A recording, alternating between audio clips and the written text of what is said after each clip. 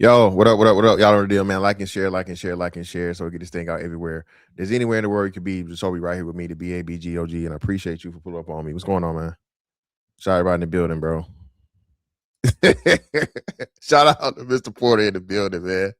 Hey, man, shout out to him, bro. Hey, I had my man baptized in the battle of Black Twitter, man. Shout out, man. My boy did good, man. He did real good, man. He put on strong. All right. He put on strong for LA, man, for Cali, for the West Coast, man. He put on, man. Shout out to him, man. Shout out to Nice Sharp in the building. Ali the Great. Batman, what's up, brother? Appreciate it. I'm gonna get to you and I'm gonna acknowledge your membership, brother. Just being jazzy, what's up? Batman, what I thought I was already. Okay, no problem. DJ Fireproof, Lady Quantum. Drop the link. I put just for you, brother. Hey, let's go. Hey, man. Hey, man. Honored guest, man. We unexpected honored guest. Let's do it, man. This is just for Mr. Porter, man. Just for Mr. Porter. Mr. Porter, pull up. Let's do it, man.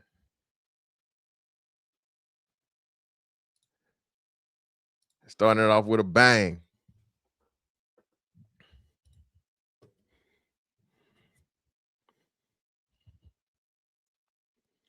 So before he gets up there, man, just a little context or whatever. So first and foremost, rest in peace to the young man that lost his life. He was a football player from that area. Here you go. Here you go. Yo, what up? What up?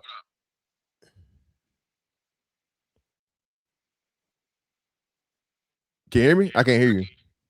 It's an echo, but I can't hear you. Let me see. Hold on. Let me see if I can fuck with your mic real quick. Give me a second. Echo. I'll be right back. All right, cool. Say something. Say something now. I think you're good now. I had to hit your echo cancellation.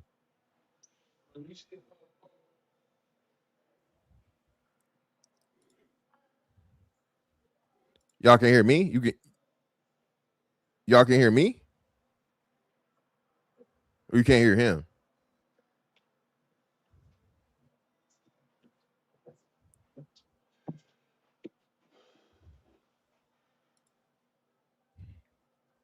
Put a one if y'all can hear me. Y'all should be able to hear me. Okay. Yeah.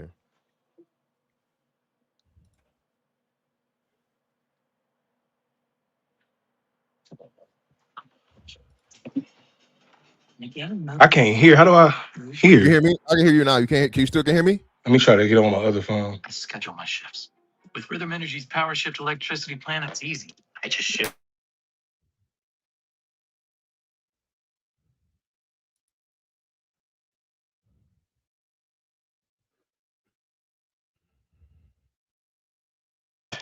Can you hear me now? I can hear you fine. Can you hear me? Can you hear me? He can't hear me. Can you hear me now? I can hear you fine. Can you hear me? Yeah, it's a little delay, but I can hear you. Can you hear me? Yeah. You listen to me on YouTube though, not your phone. You can't hear me. Can you hear me now? I hear you fine. You hear Yeah, me? that's an echo. You It's can't a do it little that way. delay, but I can hear you. Can you hear me? Just Yeah. drop out and come back in. You listen to Come me back. on YouTube though, not Drop your out and come phone. back in. On YouTube. I can't. I don't know why it's not working on my phone. I don't know why it's not letting me. Yeah, drop out and come back in. Oh, look at the message. Oh, wait.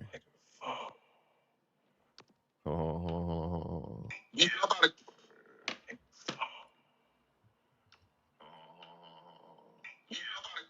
Yeah, drop out and come back in, bro.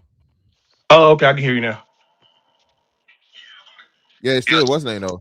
Cause I hear it in the background. Just come What back. about Just now? come back. I'm gonna kick you and hit the link again. Uh,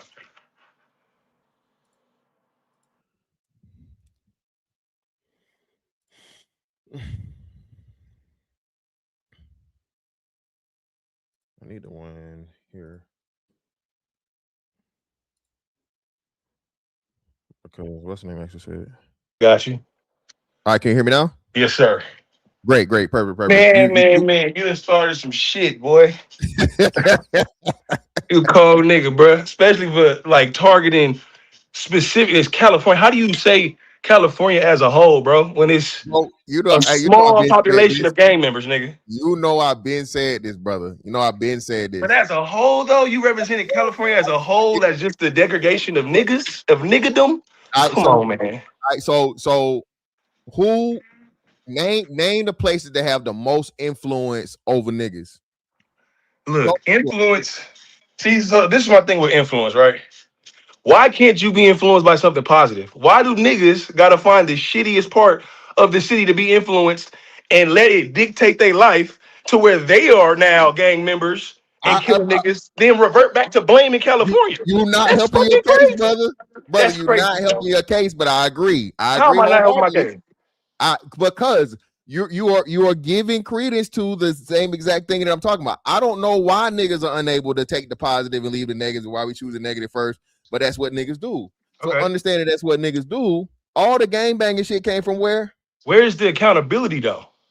What you mean? For What the people accountability? of other states. Why do you guys choose to follow the negative part of a Whoa. small portion of men in California?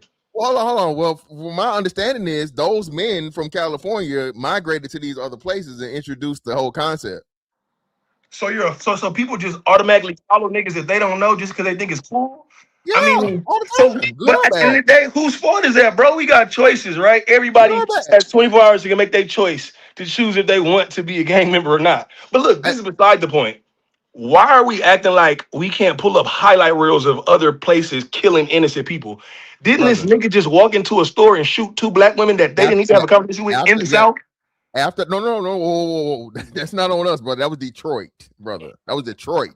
That's not the South at all. I think Detroit is considered the Midwest. Okay, that's So the Midwest. That's them Detroit niggas. my whole problem is I don't care about niggas criticizing gangbanging because it's stupid. But to make it seem like California is the sole reason why the country is in fucking shambles with gang violence and Niggas, stuff like that. Niggadom, okay, but that's crazy, bro. I feel like that's disingenuous to y'all, and y'all just wanted to get y'all shit off on Cali. Bruh, and I'm telling you, bro, and that's what I'm saying, right? So you got again. So first, so let's go back. Let's rewind a little bit. So the two most influential people for like black culture would be L.A., New York, right? Either or, Okay. we agree, right? Okay, here. All right. Now, if we want to get into it, then we start talking about other things, right? Gang culture, L.A. Okay. Gangster rap, L.A. All right. A lot of the shit that seems that be at the top of the list of niggadom come from y'all. Now I'm not saying other places don't got that, because if we want to get into even the infamous crack epidemic, where did that start? Cali. Come on, man. It's outside forces that made that happen as well. So we can't let's not go all the way into that. I got you. I agree. I'm not disagreeing with any of those things, brother. I understand it. But y'all chose to partake in the shit, bro.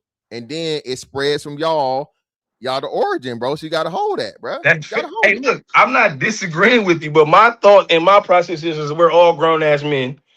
Why are we continuing to follow the trend of children? I said it about California gangbangers. Gangbangers was made by 14-year-olds, 15-year-olds. Why are we still, not we, because I don't gangbang, and a lot of people, a majority of my friends don't gangbang. Yeah, but why are people still following the rules of children that were made by children? Bro, listen, and I don't know. That's across the board, though. That's not California. That's across the board everywhere. I got you. But the problem is, again, and because you know what I'm saying, this is where we get into home team politics. Y'all defending this shit, man, because it's home. I'm not. Look, I just told you I denounce gangbanging. But my thing is, we not gonna just put LA on the map as the bullshit place of the origins of the world, nigga. We're not gonna do that. We're not gonna do that. Man, we're not gonna make it seem like it's only dangerous for black people in California. I'm not saying only, because like you said, hey, Atlanta horrible. All the gay shit that used to be in LA, or used to be not LA, but used to be in San Francisco. That's like the home. But see, that's another thing too. Now I said Cali, but motherfuckers act like I made it and I turned it into it. I said Cali. Okay, so in my defense, it's Cali as a whole and what we know. So that's LA, Compton, the Bay, what? the Bay is like Oakland, right? Oakland is the Bay, right? Yeah. It's Yeah. like, So I don't yeah. really understand the Bay. Long Beach, all Yeah. that shit, right? What we know, then like you said, we are outsiders. So all we know is what y'all tell us, what y'all show us, and so on and so forth. I knew a nigga that was from where he said, where is it from? Is it Springfield, California, or Bakersfield? No, Bakersfield. Okay. There was one dude that was in Bakersfield, California. He said, "Hell yeah, man, I'm from the motherfucking hard streets of Bakersfield, California." He would joke about it, but before he said it, I never even know Bakersfield was a fucking city in Cali. You feel me? Right. So of course, there's places outside of that, but to us, the only shit that exists, nigga, when you go to LA, nigga, hey, Crenshaw and all this other shit, you know, all the shit we hear about, Boys in the Hood, Menace to Society, you know, come on, man, Yeah. Snoop and Dre. I Bro, get you, but it's a false narrative, bro. It's a false narrative. You can go and be in California, and people are going to bother you. Gangbangers know who gangbangers are. Listen, remember, I was there. I went there for the Laker game. I went to Okay. the Laker. I went to the hood, right? So I'd have no issues. I had no problem. I can get pressed, but at the same time, all I had on was Laker shit. So clearly, I was a tourist. Right. You feel me? Fair. So I'm not saying that, you know, but it's other people with other stories. You feel me? No, I mean, I need to hear him. I don't know anybody that has like I got a nigga. He was a Georgia nigga. He was a Georgia nigga, and I think he said he had on a old school Braves hat. He said that because they put it up there to support it. Okay. He had on an old school Braves hat, and like that's the funny but weird shit to me, right? Well, hold on, my bad. And I apologize, brother, on behalf of me. Look, no. It's weird. It's how you say weird, nigga. Like the way you weird ass Cali niggas. My bad. See, so I'm officially cuz blood, all that shit, dead homies. My bad for saying weird with emphasis. I forgot you, nigga. It's a sensitive word for you, nigga. Yeah. Okay? All right, it's a sensitive word for you, Cali niggas. So my bad. But no, so it's just crazy to me, bro, nigga. How the fuck I got on a Georgia hat? And LA gangbangers make that a part of their shit. It don't make sense. Bro, things are regional, bro. Like, things are regional, bro. You got to take hold of the rules of the land, man. We can't go to places and want to act the way we want to act and think it should be okay. If I go to Rome and start doing shit that they don't find is okay in public, but it's not illegal, they're gonna fucking shun me, nigga. Like, yeah, but hold on, but that's what I'm saying. So clearly, if I got on a hat that say "fuck Rome" or "fuck Greece" or whatever, that's clear disrespect. Okay. But if I got on some shit that's just from my culture and normal shit or whatever, where I've never had an issue or a problem, and I would never think that me wearing a Georgia hat in Rome could bring me smoke or problems with getting pressed. I'm just minding my business. I'm not being even halfway intentionally, and it shouldn't have to be an itinerary for something as crazy as a hat, though, bro. That's the whole thing. The hat shit is what just set it off, bro. Like the colors and shit, I can understand. Everybody know Crips, Bloods, and so on and so forth. But then I know it's like derivatives and shit or whatever. Niggas know that those rules, nigga. Don't wear red or blue if you visiting motherfucking Cali, nigga. Which is not even a real thing, bro. Like the color, like it's not. Like this is the thing. We're literally going off of what Say Cheese said, bro. You can't. Hold on. I gotta refute that one too, brother. Nope. Say Cheese. Well said it. Hold on. And that's it. Y'all now y'all owe Say Cheese an apology. Okay, this is where Say Cheese got it from. Who said this though? Because an actual news, Brent High School, certified news, New York Post, brother, and look at this. This is my thing though, bro. The 19th. Say Cheese got it from here. I can't hear you no more. I don't know what happened. Not dead for his shit is connected to my phone. You can't see it? Hello? I can hear you. Can you hear me again? Yeah, I can hear you now. Yeah. Yeah. So can you see the screen? Yes. Yeah, this is from the New York Post, bro. Say Cheese got it from the New York Post. So Say Cheese. This is okay. New York Post is New York Post considered a tabloid? Please Google and see if it's considered a tabloid because I believe it is. Real news, brother. New York Post is considered a tabloid, news, bro. Brother. Hey, pull it up on Google right now. Prove me wrong. All right, hold on. Let's see. Is New York Times a tabloid? Because this is my thing, bro. This was a shooting that happened at 10 p.m. Somebody said that the dude drove up, they heard a massive shots and tires skirting. How do we know it's because of a nigga with a hat on? If that was the case, did the shooter stop and say, "Hey, you guys, he had a Hoover hat on, so I shot his ass"? Did they leave a message? Did they leave a note? How do we know this is the reason that this guy got shot? So the apparently he was with his girlfriend. Okay. He was with his girlfriend, and the family has spoken or whatever because they said something to him. I'll put a story up so you can see the whole thing. But I'm guessing all and like this stuff came from people that was around him or close to the situation. And then Speculation. That's what it's well, called. I It came don't from know. You can't say speculation. the girlfirend speculating though. How If does the New York Post girlfriend consider know? official How does the news or girlfriend know what tabloid. gang member shot him? Like, how does she know where he was from or anything like that? If this was a dude that drove by the car, shot in the car, then burned off. How do we know this? Where are we getting this from? This bro. This don't make sense, and you know it don't make sense, especially if that's how if that's how the incident took place. If I pull up to you, dump out your window, and hit the gas, how do you know what my transgression was? I just killed you. I didn't say bitch ass Hoover or anything of the sort. I just Yeah, smashed off. So yeah, that's but what I'm see, that's saying. what I'm Like, saying though. So all let's this is go. from speculation, and then this whole Cali niggas are weird because of the hat shit is all from literal speculation. And did you see if the New York Times was a tabloid? Post, yeah, you're right. You're right. It says it's both though. It says it counts as both, but it says a tabloid. It is counted as real news, but it does have sensationalized topics and headlines and so on and so forth. So it says both, That's but all yes, I'm saying, tabloid. man. Let's get some real sources in this mug before we just fire off the hip All right, well, at hold on. I Cali got you. niggas. Hold on, let's see. So let's go to the real news and let's see what the real news guys say about it. Let's see. Let's go to the real The news. real news is And I going to think think this they is have no leads and no sources.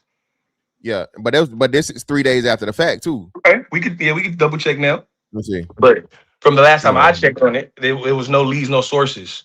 So this Hoover hat thing is just poppycock at the end of the day. Who knows why this man was shot? I mean, honestly, the area that he was shot at was a high traffic war area right there. People they have a war going on over there, and he could have just been mistaken identity, which I feel like is more than likely what it was, which is still a tragedy. And I don't feel niggas should be killing each other, bro. So I'm not promoting gangbanging or what is defending gangbanging. But I'm just saying to put it on every nigga in Cali is crazy. Like, what are we supposed to do as normal people to stop gangbanging? well, I don't know. Turn them niggas in. Why this Snitch. shit? Tell. Oh my god. Oh, let's see. One more Story time. of a promising high school athlete and top scholar who hoped football would help him rise above the troubled streets of Compton, where he grew up. Yeah, but tonight, those streets have claimed his life after a gunman shot him down. And now deputies and his family need help catching his killer. CBS LA's Lori Perez live in Compton tonight with details of the shooting and how the community is responding. Lori? Yes, people who knew William Leopard say he wasn't just a good kid and a good football player. He was really extraordinary. That's why his youth football coach says his death isn't just sad, it is stunning. Cherishing old church videos and pictures now, William Leopard's family isn't ready to speak, but they were eager tonight to share a look at him at his peak. Raised in Compton, he transferred, graduating in 2024 from Tustin High School with a 3.4 GPA, smiling from ear to ear on the very field he lit up as a pass catcher for the Tillers football team. Some of his former teammates practicing today and no doubt remembering him. In announcing his death, the team's social media post said he set the standard of a student athlete. Tustin's principal adding in a statement, he was a kind, hardworking student who was loved by his teammates and coaches. Words are insufficient to describe the heartbreak.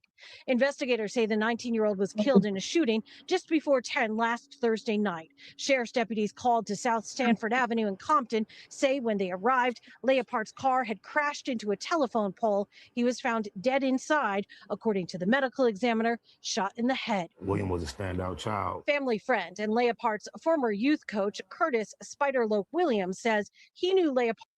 All right. So Spider now you Loc. got to now you Now got we to got explain Spider Loc. That's who we Spider got. Loc. That's who we Spider got. Loc.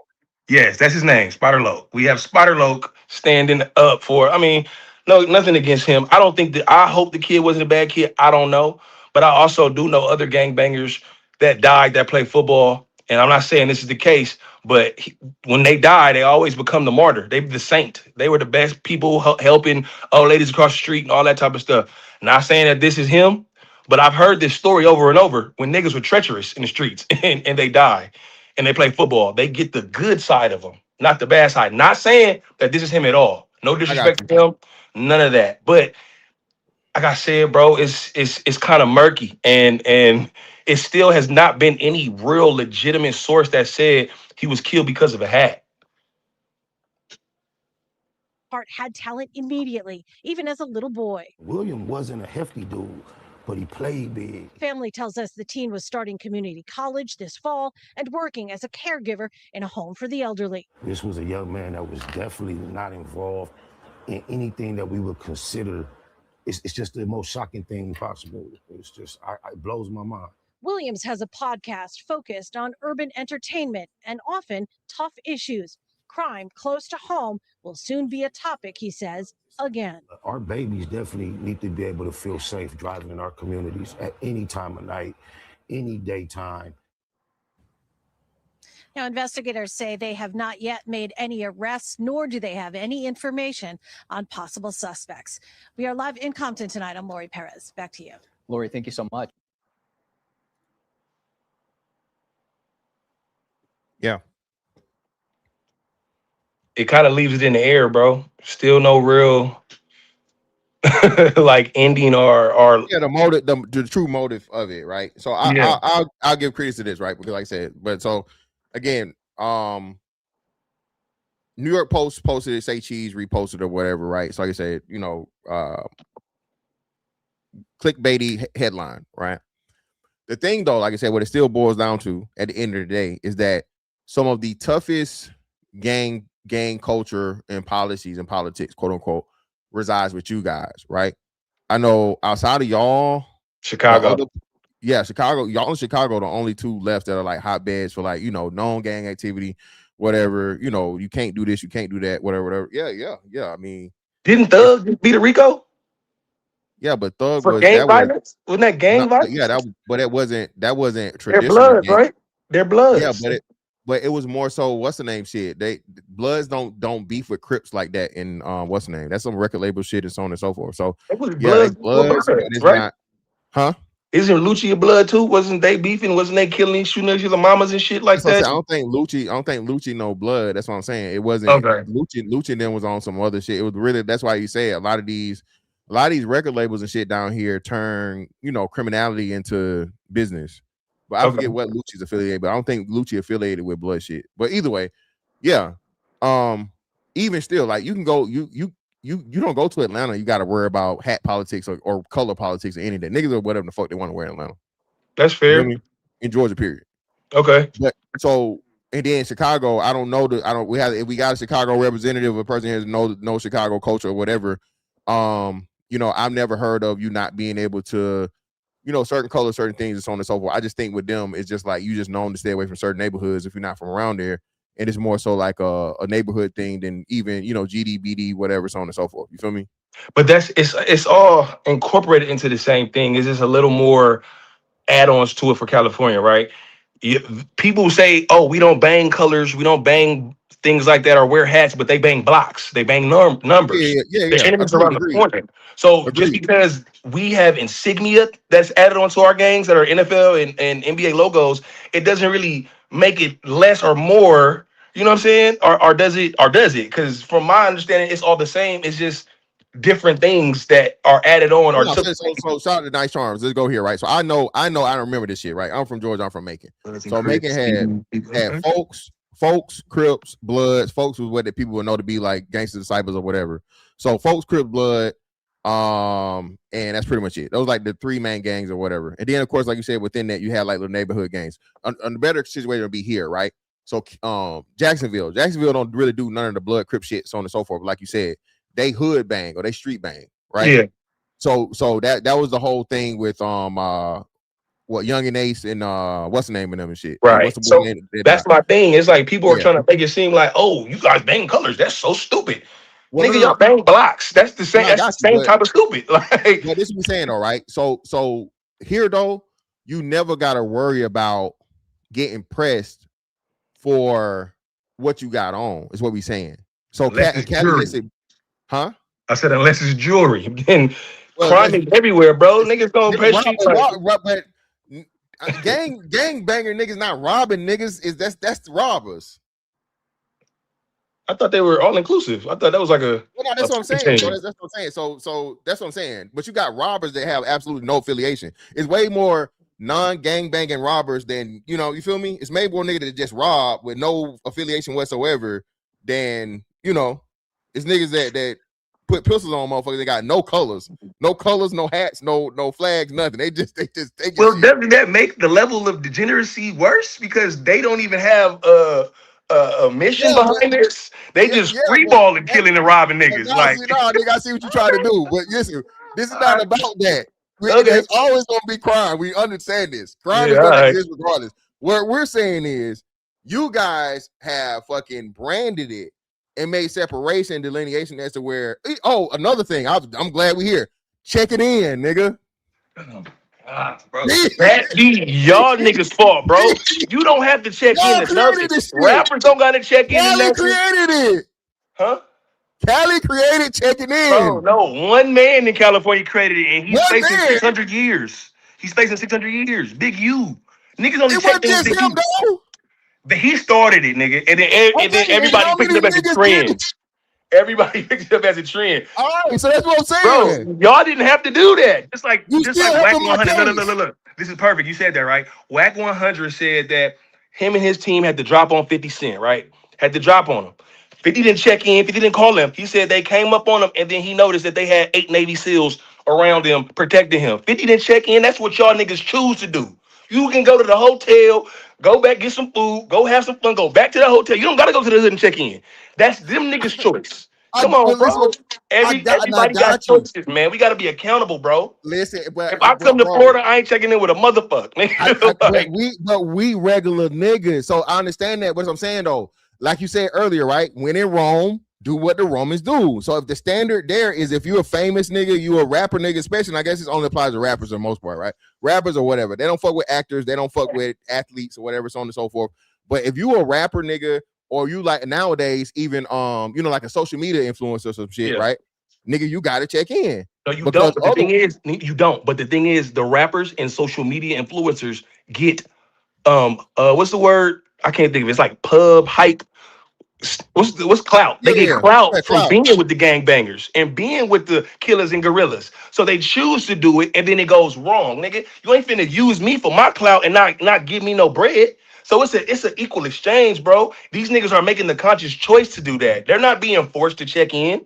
That is something that they're doing to benefit them, to make them look like the toughest, roughest niggas. They can go wherever they want. Come on, bro. Let's be real. Well, no, I got if you're going out there for that, the fucking mix and mingle with Bloods, Crips, or whatever the gang shit may be, yeah. That's usually what it is, bro. That's what, but niggas done been robbed out there, bro. That had nothing to do with nothing. Remember, Dolph got shot out there. That's in-house beef, nigga. He didn't get shot by a nigga from LA for some LA shit. That was some in-house beef. I ain't gonna speak on that shit.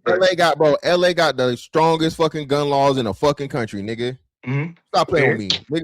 Niggas not driving from no motherfucking Memphis to LA, nigga, with no pistols on them. So then if that shit happened, it happened to somebody that authorized it from there, more likely than not. Somebody that authorized it from Memphis, you mean? And they call somebody for the hit? Just like Lil Durk is in, like because Lil Durk. No, you saying it right. You know what I mean? You saying it right, but then you know that Cali niggas got to put the work in there because niggas not driving. That doesn't necessarily got to be a California man, bro. It could be a nigga that's living in California. Okay, that's with the bullshit and made that play. Like, you know, these are murder for hires, man. We can't blame that on the state. Understood. Got you. But another one, this one right here is near and dear, right? And it just because they got my man fucking 2 Chainz. 2 Chainz don't fuck with none of the bullshit. 2 Chainz got robbed, bro. Bro, you're liable to be robbed anywhere, though, man. like we know this. Come on, bro. It's not fair that you want to blame robberies on certain Let's say this. So let's do this, right? So, out of all the places we name, right? Who has the most infamous or repeated cases of celebrities being robbed? We have to look it up. Well, that's not fair. That's not a fair question. How is it not fair? Because celebrities live in California. This is the hub. Like, I mean, that's the hub for celebrities. Out of y'all, LA, clearly, LA, and nigga. You know what? Another thing, I know this is not true, but you know what I just learned? A couple of years back because what did y'all have out there? What was the last big event in Oakland area? Oakland and LA are like foreigners from I each know other, bro. We don't really. it's like a long ways away. But anyway, that's what I'm saying. I'm trying to make the delineation separate. Anyway, Oakland had something big that happened out there, right? And they was telling people, hey man, they heavy on the bipping out here. Bipping, niggas be bipping. Nigga, I never heard the word bip in my life. I ain't know what I can't even tell you what that mean either, bro. That's what I'm saying. So it's just like, bro, with y'all, it's out of the frying pan into the fire type shit. You feel me? And it's all y'all always been on that shit, nigga. Nigga, MC Hammer's a gang member, nigga. He's reformed. Hammer is one of the hardest niggas ever. Okay, bro, it was popular, bro. Like it was popular in time, man. Like it was a different day. California is so nigga. California is so fucking just gangsterous or whatever you want to call it, nigga. Niggas hate California, man. One of the best dancers of all time, nigga, will get your ass motherfucking him the fuck up, man. Come on, man. Hey, bro, that's everywhere, man. That's everywhere, man. It's probably a gangster nigga that can dance in Atlanta. Nigga. It's probably a gangster nigga that can dance like a motherfucker in Georgia, nigga. Come on, man. What we doing, bro? This is look. This is just the thing I want to say. This is a black problem. This isn't a California problem. This is us as a whole. Agreed. We have a degeneracy problem amongst black men throughout all 50 states that needs to be addressed. We are isolating this event to California because of these tabloids, these headlines. That's crazy. Okay, so now let's move on to the next step. Okay, so now, right, and I agree. Black people across the board, as a whole, we have an issue with criminality. We have an issue with hell fucking with us and not fucking with nobody else. Because I was saying this when they just had the World Cup in Atlanta, right? Yeah. You ain't hear one word of motherfuckers getting pressed, getting whatever, getting robbed, getting motherfucking, smacked, pistol whipped, none of that shit. He had a couple motherfuckers that got to fighting, but that was like true fights. Nobody got robbed, nobody got whatever. Pretty much niggas have a handoff policy with non-niggas, right? And I say the way that we treat non-niggas is the way we should be treating each other. But for us, you feel me? We have like the strictest, most fucked up fucking things. And I gotta find a video, but that nigga said that shit on No Jumper. Okay, that's what I'm saying, bro.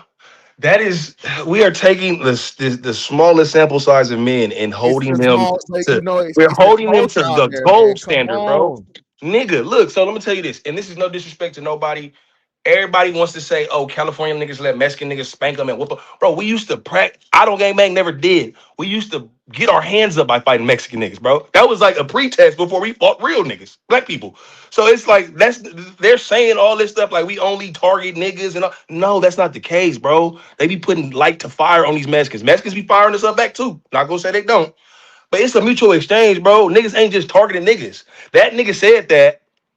He a bitch ass nigga though. That's some bitch ass nigga shit, bro. That's not everybody's standard, dude. I'm just gonna be honest, man. Like that's the biggest false narrative I've been hearing is that black people don't approach or be aggressive with the other races. They are, bro. They definitely are. Not like I said, I'm not pushing it. I'm not saying this is the right thing that they're doing the right thing, but this is a false accusation. Like the hood is popping for sure. Yeah, man. Listen, bro. Hold on. No, I just found somebody I gotta cook. Hold on. Be careful. Let me see real quick. Please don't show me no Snoopy badass clip. Please don't show me none of these weird ass niggas that don't got shit going, that are rejects from the hood, that did some bad shit, that can't even go back to their hood, and they got the most to say about LA niggas and how they do things. They are niggas that have been ran off. It's me. I gotta cook. Hold on, cook this nigga. Let me save this one. Cool. But yeah, man, you put me in the blender with all these people on Twitter, bro. My shit has been in shambles. Hey, man, like I said, you made that decision, brother. You made that decision jumping that. I was talking to you. I was talking to you, well. and you abandoned it. You abandoned it. You abandoned the conversation and watched it from the clouds, nigga. You foul. Listen, bro. And then they gonna DM me and say some shit like, "Oh yeah, you had it with everybody, ain't you?" Yeah, okay, nigga. Hey, man, this how it happened, bro. You say your shit, you get up out of there, bro. Leave that shit alone. But I got some niggas I gotta cook now, man. Anyway, because these niggas talking shit a little late. Okay, a little late. They're talking shit a little late, man. Okay. Got you. Yeah. All you niggas. Hold on, let me get this one too. Cool. All right. Yeah. I got niggas out to come back and cook. But no, brother. Hey, man, I appreciate you for coming up, man. I just wanted to cover this shit because, like I said, man, it's overall though, just the sentiments, like you were saying, the way we look at degeneracy and the way that we qualify the shit, it's fucked up across the board, right? Because I think that y'all niggas start putting up the things. Memphis is the murder capital of the world right now. They had that whole thing talking about the Dolph situation or whatever. Nigga was saying 40 niggas died over the Dolph shit. Counting. Like counting that you can actually attribute to the whole Dolph shit. 40 niggas got, send the motherfucking Uncle Charles over the Dolph shit, right? They sliding. Yeah, definitely sliding. Help. And then if we look at the stats again, right, we are like on a 50% decline in the last 50 years for murders in California, in LA specifically. Mm-hmm. I mean, in a lot of other states as well, I'll be fair, but in LA specifically, and then LA is not even top 20 on the murder rate list. Yeah, but y'all got a big ass population too, so that plays a part in it. That plays a major part. But no, like you saying though, like niggas is definitely getting busy in other places. Okay, yeah. But appreciate you for coming up, bro. I mess with you, Brody. I'm gonna mess with you. For sure. All right. Yup. Hey, yeah, man. Shout out to my man, Mr. Porter, man, for coming up, man. I apologize if I didn't acknowledge y'all guys. I'm gonna acknowledge all the super chats and things right now. Give me a second. Shout out to my man Batman for becoming a member. Appreciate you for upgrading your membership, brother. Shout out to Spaces for the 2. Appreciate you. Maybe it's me, but bro reminds me of Wood Harris.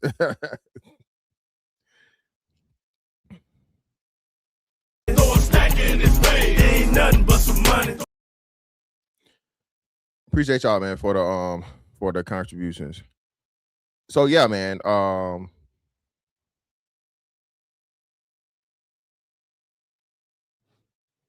The whole situation with the young man, right, just highlights all of this shit from LA gang culture that has spread out into the ethos and spread across the country. But to his point though, right?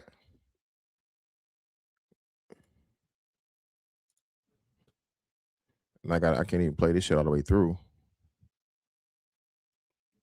But this is the state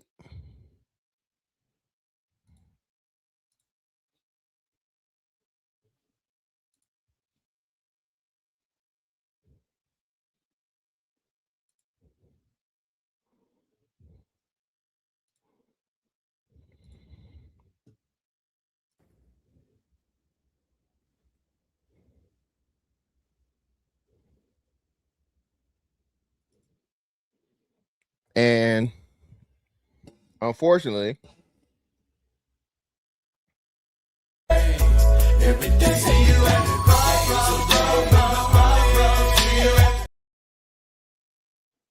he just killed them 2 women randomly, man, and just walked off like nothing happened. Casually walked the fuck off, bro, like it was nothing, dog.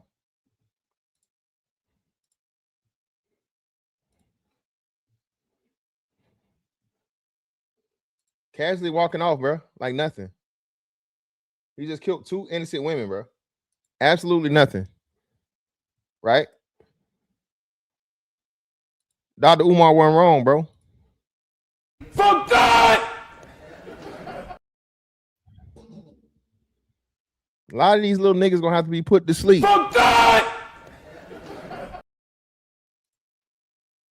Until we are cool, okay?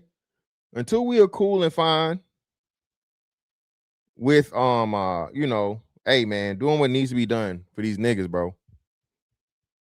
Shit never gonna change. Yeah, man, happy birthday to a legend, man. Y'all know the deal. Y'all know what the day is, man. Well, nice charm. That's what I'm saying, bro. And this is why I'm saying, niggas was talking about pussy policing and all this other shit and la. And I'm still gonna do a thing on the Anthony Edwards situation because the other baby mama cashed out. The other baby mama cashed out on her thing, bro. She getting $14,000 a month, y'all. $14,000 a month. Crazy. Yeah, man. I told y'all, man. Man. Yeah. Shout out to my man Mike, man. Shout out to Mike, man. My bad. Shout out to Mike G for the 5, and shout out to Monique Davis, man. Hold on, let me get Mike G in here. Greatly appreciate your brother always supporting. Ain't nothing but some money. And shout out to Sister Monique for coming through with the 50 ball on the Cash Out, love. I greatly appreciate you. That's $25,000 alpaca. You block that shit. You don't rubble. Put the club soda on there. For good topic, we got to do better, bro. That young man, yeah, we went over that, bro. We understand now that it's it was like a clickbait situation or so on and so forth. Put on by the New York Post, and then Say Cheese just picked it up. Okay, I don't know if you say that the parents confirmed that though, saying that it wasn't over a hat or whatever. Because my understanding was, I don't know if that was the same guy, but somebody spoke on the situation, saying the way he was warned about going there. So I think it was a father. I'll try to find it from what I saw earlier, but either way it goes, bro. The point, even if it's not over a hat, it's over gang politics. If it wasn't over the hat, it's still over gang shit. Because you got warring gangs in the area and he's driving there. You don't know a mistaken identity and so on and so forth. So you end up getting killed over some shit that's got nothing to do with you. But the pre-existing climate and foundation is laid, is the point. You know? Yeah, man. And Joel Breeder, that's the thing. Listen, bro. I feel like, and I'm saying feel, you need to be able to put motherfucking life insurance policies on all these little street niggas, bro. Every last one of them. Every last one of them, bro. Because this shit crazy. But just this in itself, bro, this is why I say, and people don't understand how serious this shit is, bro. You got to have your head on the swivel. Got to have your head on the swivel. You got to be fucking looking out for this shit. You got to be aware. You got to be careful. Because niggas are really fucking out of their mind out this motherfucker, dog.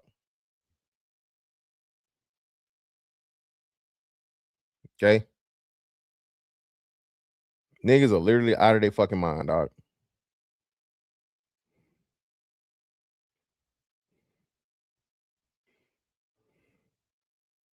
And I guess this was the thing that he was talking about. But hey, man, if he from there,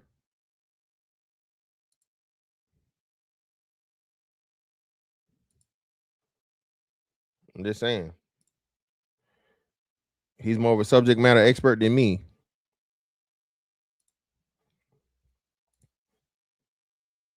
The East Coast, the South. Well, you know, there's a lot of places, but let's be honest. Because they under like blacks in Philly on the East Coast and in the South, they understand their blackness, bro. These dudes in LA, they look at Crips and Bloods don't have no kind of quote like no kind of, how should I put it? Like, you know, if you look at the Hispanics, right? You look at they whole branding and logos and everything is attached to Aztec iconography or like Hispanic things, like they represent the Mexico flag. You know what I'm saying? The Norteños and the Sureños represent the Mexican flag. Feel me? You look at their tattoos, it's all Aztec warrior shit. It's like they really care about their race, bro. They mix their race with their gang banging, bro. So it makes their gang banging feel like give them something to really stand on and to believe in. Blacks don't have that. The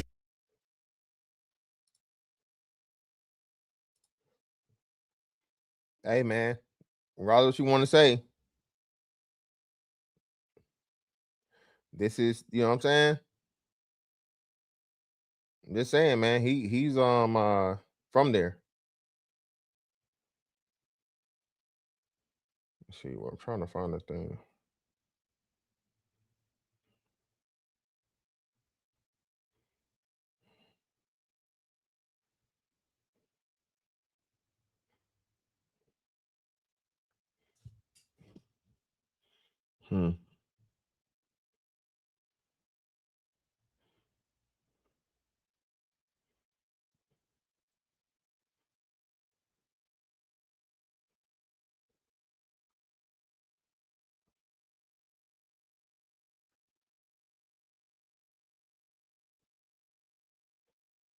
See, look.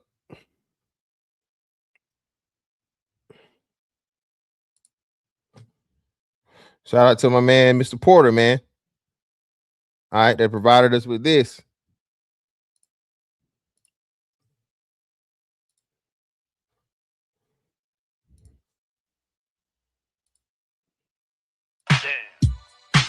One more game. Back at it, though. What's happening? All the way for the west side of 5. See, man, what we doing, man? And fuck, ain't YG fighting the murder charge right now? Ain't YG and his crew fucking under investigation or at risk of motherfucking doing the same shit that got happened to Dirk because they killed some nigga over gang shit?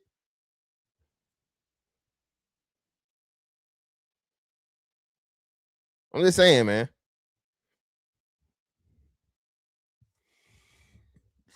At what point in time you supposed to put the gang banging down, bro? 30s, 40s? It's especially by the 40s, man. Come on, man. You should be able to hang the flag up by 40s, bro. It don't matter where it was at, brother. What are you saying where it was at?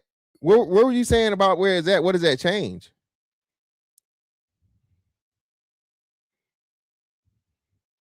No. I ain't saying you didn't denounce it. Yeah, no. So let me be clear. The brother denounced it. He's saying and this is what he's saying because people was definitely throwing this shit back at him, right? He denounced it and he's saying, bro, this is the part that you got to, but at the same time, this is home, bro. I understand the home team shit too. So let me be on this side of it, right? So, one of the biggest things, from being from Georgia, the first thing niggas gonna throw in your face, Atlanta, nigga, Atlanta, especially like if you like within an hour. The closest major city outside of Atlanta, right, or the Atlanta area, because you got like Marietta, you got I think Marietta and I'm trying to think of fucking Alpharetta and shit like that, right? But the first major city outside of Atlanta metropolitan area would be Macon. Macon's closer than Augusta. I think Augusta is like a little bit further away, hour and a half, maybe 2 hours away. But Macon's like 45 minutes to an hour away from south of Atlanta. First thing they want to throw in your face, oh man, gay ass Atlanta niggas gay. Either gay or country, right? So it's certain shit that you got to defend from where you from, right? I don't know, Florida down here, especially they say everybody from Florida crazy. Especially like, South Florida, Miami niggas. Then you got the motherfuckers, you got the Atlantic side, and then you got the Gulf side. Miami niggas, Orlando, Tampa. Nobody really talk shit about Tallahassee and Pensacola, but those places. And I'm trying to think of Fort something, whatever's on the Gulf side, right? So you got all these places and different things, and you know what people are known for. For Louisiana, of course, you got New Orleans. Then you got where Baton Rouge, those two big places. Nobody really talks shit about Alabama too much, but Birmingham, the people that know. Then you got Mississippi, Jackson or whatever, shit like that, right? So every place is gonna have the shit, and when it's home, you're gonna defend home, bro. Come on, I feel that, and you know how shit works where you from, right? The problem is, again, what we're saying is it's certain shit to where you take the origins back and it comes back to Cali because that's where it began at. And y'all take pride in the shit. Not only do you take pride in it being origin, again, it's what's still going on today. So you still got this going on today, man. In 2026, you got Game got to be 40, right? I think is Game older than me. I think Game older than me. Yeah, I'm pretty. Game's definitely older than me. So you got 40+ year old gangbangers, bro.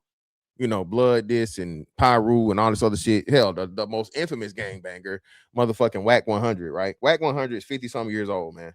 Okay, talking about the set in reminiscing on shit that they did from a gangbanger perspective.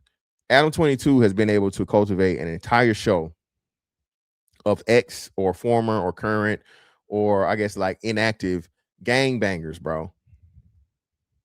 All right. Create a whole platform, hundreds of thousands of dollars generated off of the commentary and gang culture. 46 is crazy. Yo, chill. Oh shit. Sorry, I see you my homeboy. Oh damn. Where'd you send it at, bro? Favors, where you send? You send it to IG or what? Where'd you send it to me? What I'm lying about? I'm not lying about nothing. Y'all look, man. Y'all got to take the good with the bad. Listen, LA, hey, fine ass women. From what I hear, the best weed. I don't smoke weed, but hey, I got the best weed. I got the fine ass women. The Lakers, nigga. What? All of the fucking old school that it like. If you want to talk about dunks and shit, and so on and so forth, but getting people into like old school cars and shit, LA had that shit locked down before the South got a hold to it. I don't know about y'all food. The food ain't really y'all food. It's Mexican. The best food in LA is Mexican food. The best food in Cali is Mexican food. Niggas ain't got no real. What y'all got? Roscoe's chicken and waffles. That's about it. See, look. All right. Okay.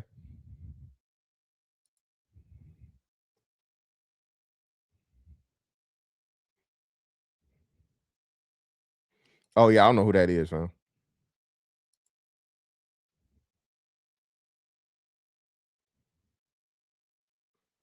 Yeah, I saw that. IG. Okay, let me check it out, bro. Let me see what she sent to the IG, fam.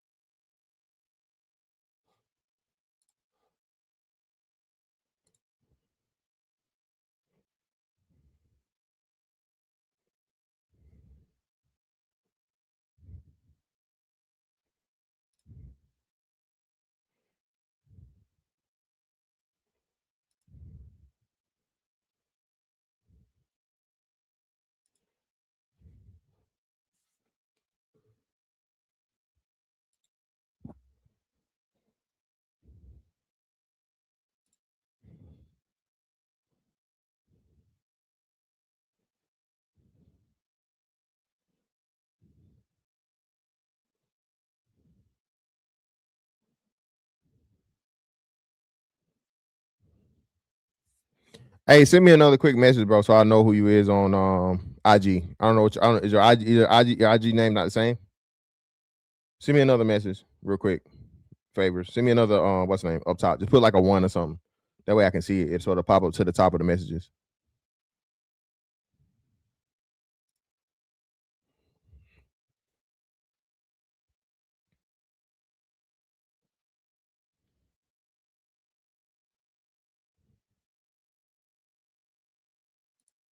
Cali food compared to where? Yeah, Latina, I saw that. Yeah. Compared to everywhere else. Cali ain't got no motherfucking, y'all ain't got no food out there, bro. Come on, bro. Stop it, dog. Cali ain't got no food, bro. Please stop.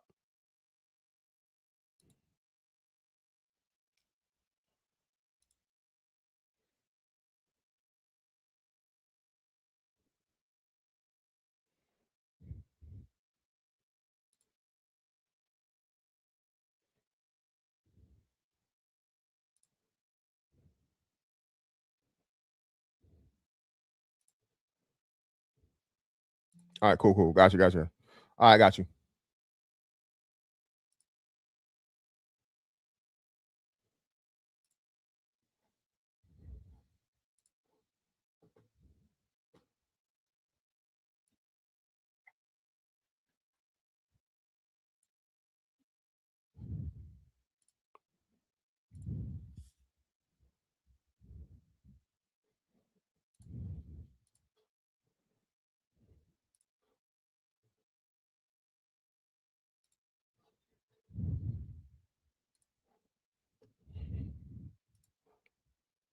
Compton.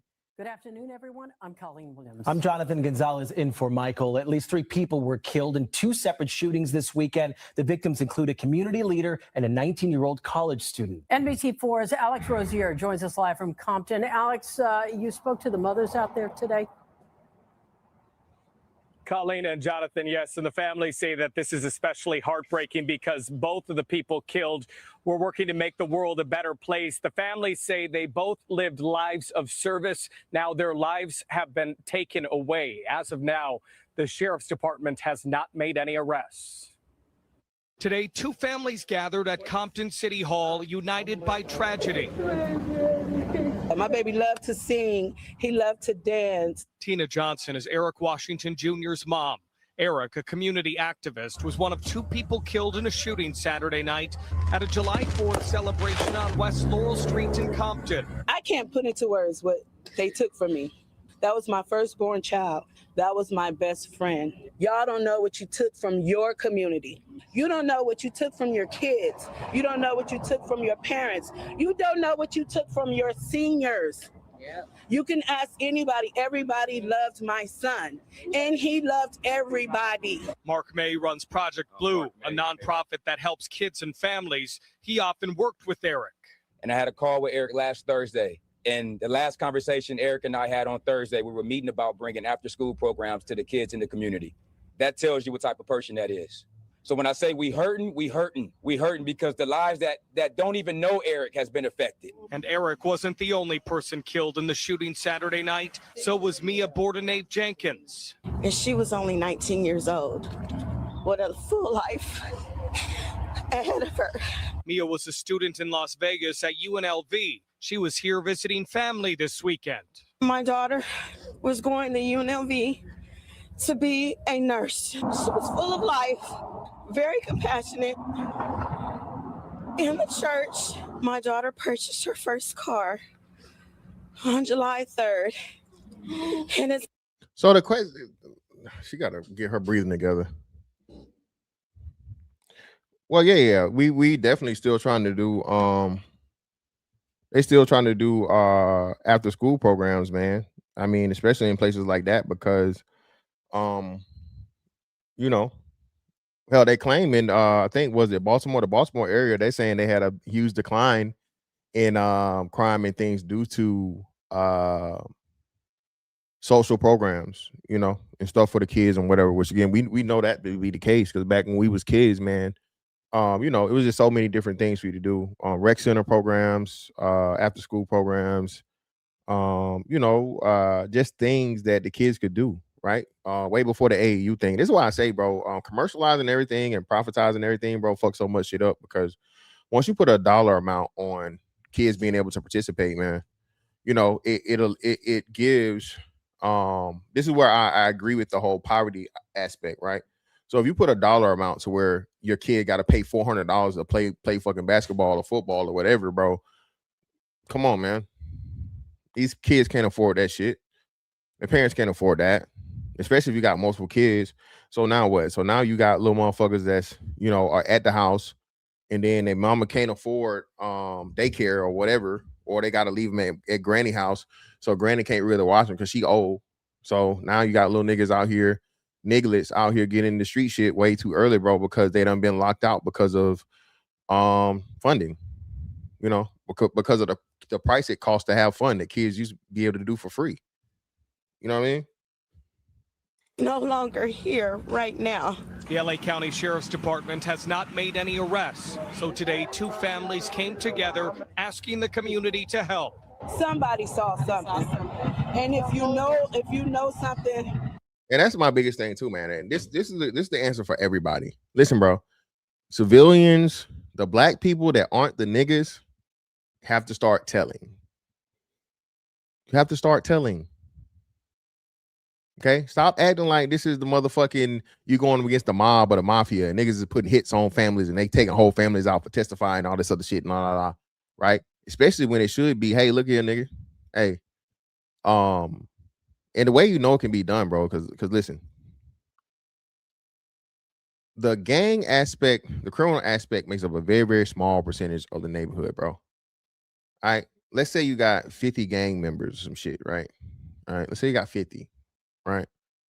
Even with 50 gang members, bro, a whole city of people saying, hey, bro, listen, if y'all touch anybody that comes forward to give evidence against a killer, against a person, especially a person that's of your group or whatever, that has fucking has harmed the community, harmed the civilian, somebody that's not in the shit. I can understand if you in the shit, bro, and you whatever, street shit. Hey, live by the gun, die by the gun, wear it in health. Whatever happens, happens. But once you step out of those parameters, bro, and you kill and you touch one of ours, somebody that's not involved, somebody that's not in the motherfucking game, bro, you have to motherfucking come forward, pay the price. And if you harm anybody that does that, that plays a part in that situation, now the whole fucking everybody gonna suffer. Everybody gonna suffer. We calling the police on you for everything. We see one fucking bandana, red, blue, green, polka dot, rainbow, whatever the fuck. We see any bandanas, nigga, mass motherfucking police calls. You motherfuckers won't get no rest, no time of day, no nothing. You'll be getting swatted left and right. Anything we can find, any reason we can find to get your ass sent the way up the motherfucking river and out of here, nigga, outer space, we doing it.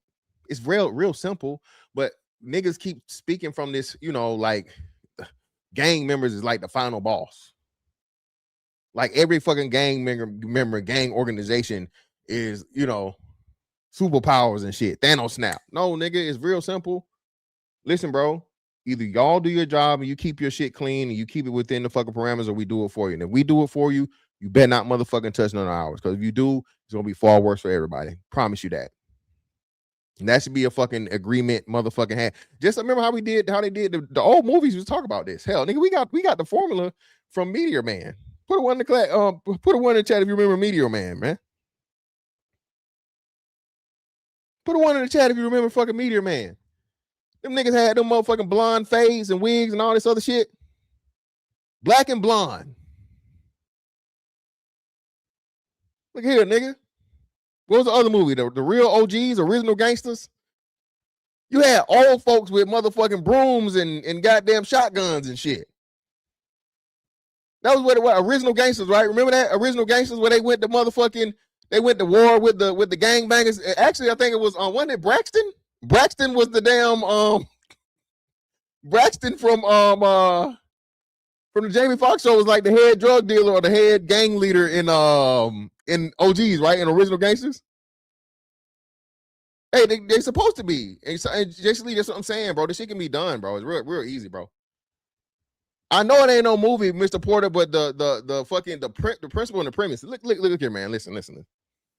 Now, Cali is different because I know y'all, but that should be changing around too, because y'all know the Supreme Court passed the rule on the whole gun laws thing to where these states having these extremely strict and difficult processes of people being able to get firearms to protect themselves and home protection. Them shits have pretty much been erased to the point where they can't do that. So within the next year or two, everybody's going to be able to own guns across the country, across the board, right? The whole country is going to be pretty much, in essence, this isn't legal advice, by the way, but in essence, constitutional carry to where it's okay for you to purchase a gun and not have these extenuating, convoluted, all these different things, right? So having that understanding, bro, listen, ain't no gang beating the city, nigga. And that should be the standard. Ain't no gang beating the whole city. Now what? And again, listen, y'all gang members with records, gang affiliation. Now when I call the cops on you and you holding, right? Suspicion of a crime, you get pulled the fuck over with that motherfucking burner. Now what? Gone. Not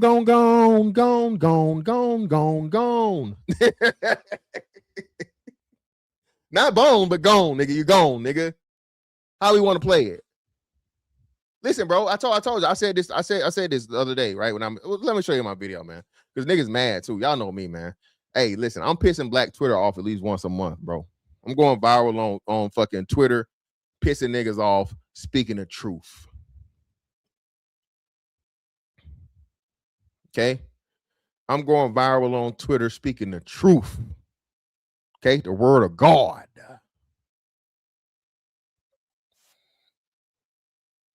Oh, that's the wrong one. Okay, here we go, man. Let me show y'all the original. Hold on, let me do this one first. Hold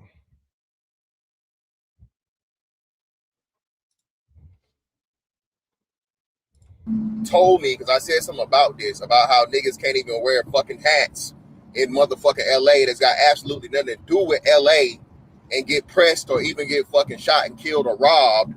And then you had the viral video or the stupid ass nigga on Adam 22 talking about he gonna press niggas all day. I told y'all, bro, the worst of nigga culture, bro.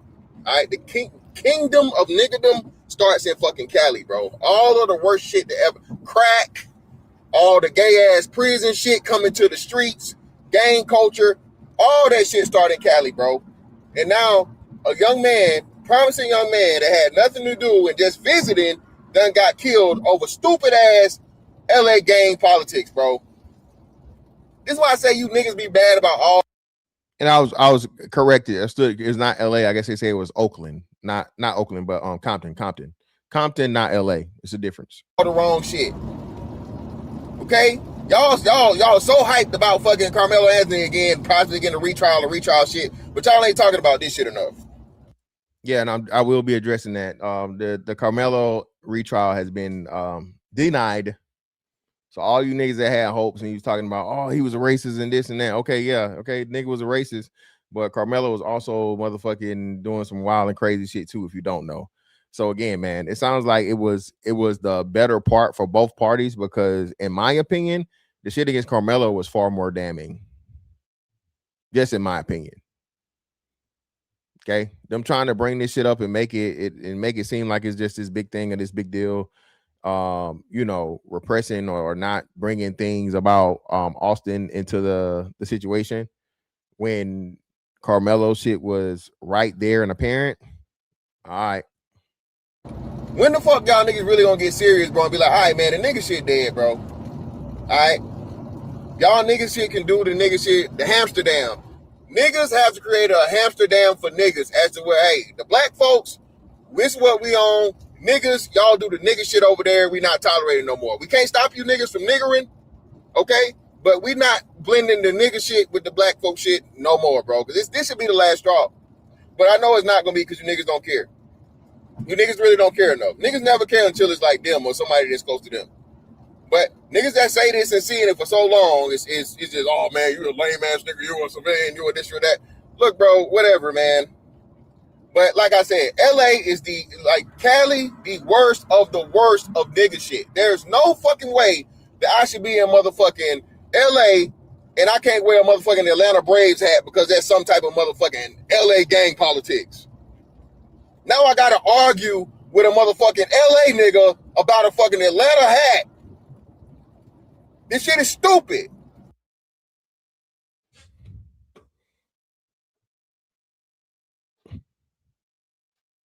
Saying, man. Just saying.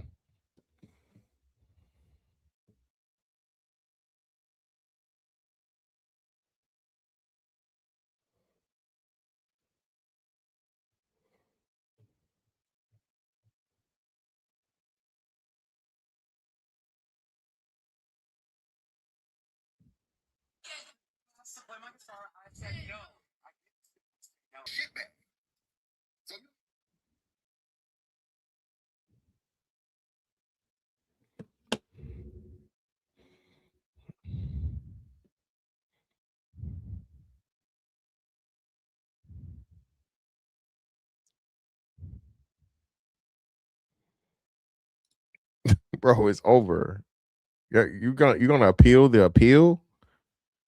They already, so y'all don't know how this works, man. So now this about to get turned into a Carmelo thing, I guess. Which it's this, I guess it's similar, but I don't really want to dedicate this stream to that. I want to do an individual stream to that, so I'm just gonna leave that alone, brother. But hey, man, y'all fighting for the wrong shit. Again, man, like I said, instead of worrying about Carmelo and not this young brother right here and trying to figure this killing out, who killed him and why he got killed and all this other shit, bro, is what I'm saying is far more important. Okay, changing the status quo is not an easy thing. It's not going to be an overnight thing, but starting the steps to change it is the important part, right? Right? Or just think about it from historically from a lot of things. Nothing just ever happens overnight. Even let's just use black people. The plight of the black FBA, African American, black, so-called black, whatever you want to call us, right? Bro, you know how many years it took after they said slavery was no longer a thing for slavery to actually be over, right? You feel me? And then, and then even after that, to where you weren't being treated like slaves anymore, to where black people actually had equal rights, right? So that's actually trying to fix a wrong and fix something and make it fair or as close to fair as possible, right? The thing with this, though, this is a much easier task, and it's still going to take years, if not years and generations, for it to be completely, totally, or fully implemented, right? Because again, I don't live in a fantasy world where there's ever going to be no crime, there's ever going to be no gangbangers, there's never going to be any type of degeneracy in a society. I'm a realist, bro. I understand that. What I'm saying, though, is there used to be rules, and there needs to be rules set up. Put a one in the chat if y'all remember. What, brother? What, man? What do y'all want me to? What streamers pushing what lies, brother? What streamers pushing what lies, brother? What lies are being pushed, brother? You talking about the whole hat part? The hat part, man. Again, listen, bro. Everybody does clickbait, man. Y'all mad at us for taking what the fuck what's name said. I don't even know what you're talking about no more. Now I don't know. But either way, what was I saying?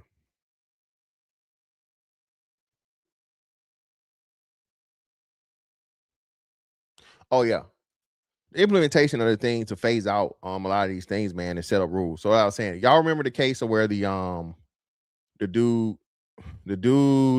woman and like her 4 brothers or something, 4 brothers or 3 brothers, 3 men drove to Mexico and was mistaken for whatever, and then they killed 2 of them, and then the other 2 got kidnapped. The woman and the man got kidnapped. Put a one in the chat if y'all remember that.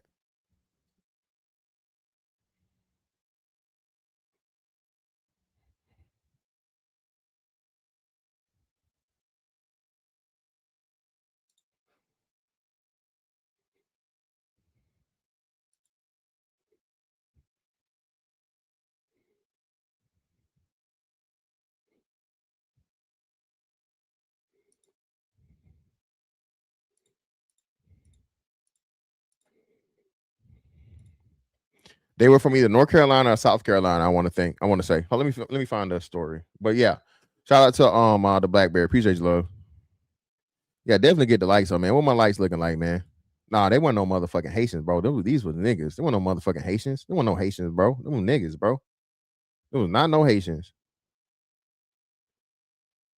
Hell no. Y'all got to stop this FBA shit too, man. I understand the FBA shit. My bad. Hey, shout out to my man, the real Tyler Durden, Esquire. Greatly appreciate you, brother, for the 10. Ain't nothing but some money. For the super sticker. Y'all got to stop this shit, man. Where y'all want to put all of the bad shit on the tethers and the non-FBA. Get the fuck out of here, man. Yeah, man. I'm getting sick of this shit. Come on, bro. What are we doing, man? Come on, man. Y'all know what's coming, man. Come on, bro. You lie, you still kill. Hit the like button, man. Come on. The like button's free, dog. Take off, record.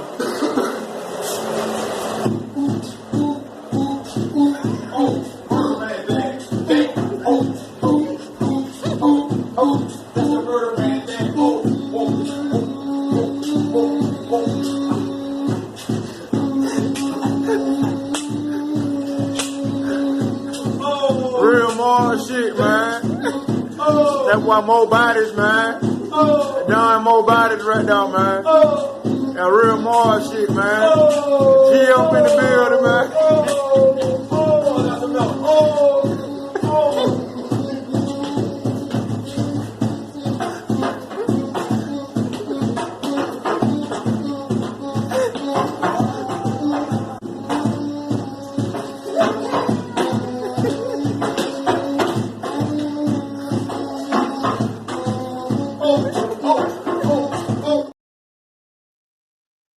Hit the like button, man.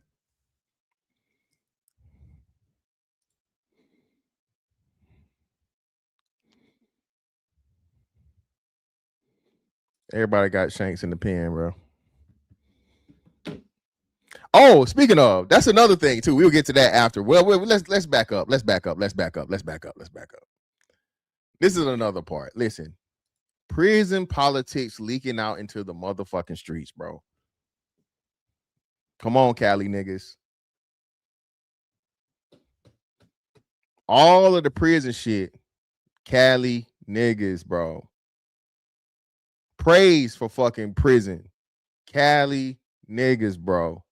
Now, of course, are there other niggas that done picked it up? Yes.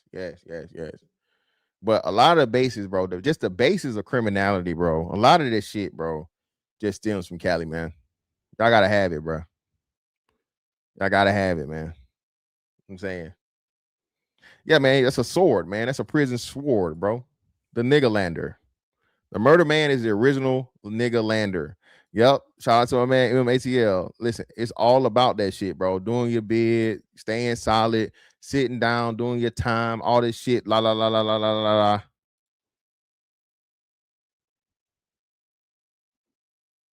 All right.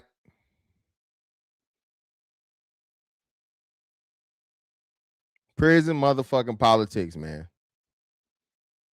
I can't tell, Mr. Porter. I don't know about that, man. I done seen too many young niggas out here praising the prison shit too. Cause what's your boy name? What Brick Baby back in the Bing, ain't he? Brick Baby headed back. A lot of these niggas big up the whole prison shit, man. And a lot of people get the two biggest places I ever hear about from a prison standpoint is Texas and Cali. Texas and Cali are like the two main places that get talked about when you're talking like prison or whatever and people that's done biz and so on and so forth, right? I'm not saying they're the only ones, but I'm just saying, those two places are what I constantly hear about. To where if you made it in those places, you know what I'm saying, you're more certified or you're more stamped or you're more whatever, other than other places and shit.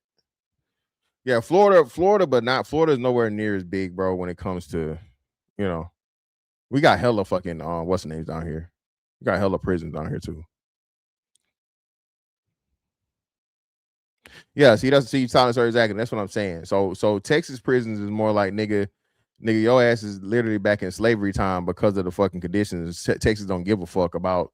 Texas is not a soft on crime state. So Texas will give your ass a motherfucking cup of water, nigga, and a piece of bread and 100 degrees, no AC, and you better figure it out. California is, hey, you're gonna have all the amenities and shit, but nigga gonna stab you over a grain of rice. Essay, or what y'all call them? Essay. We said what? It went from essays to what? What do they call them? Fucking whatever y'all call the fucking Mexicans. Yeah, man, that's what I say, bro. Don't You say DC run the feds? Yeah, because the Fed, state time and Fed time is different. Because but of course DC, because that federal, all the federal funding and everything comes from DC. So DC feds or whatever. Oh yeah, chain gang all day. Listen, down south, bro, you gonna nigga, chain gang, they call it that for a reason. listen, nigga. If you are in prison in the South with an F, you will be doing some type of motherfucking outside manual labor, brother. I guarantee you that one. Okay?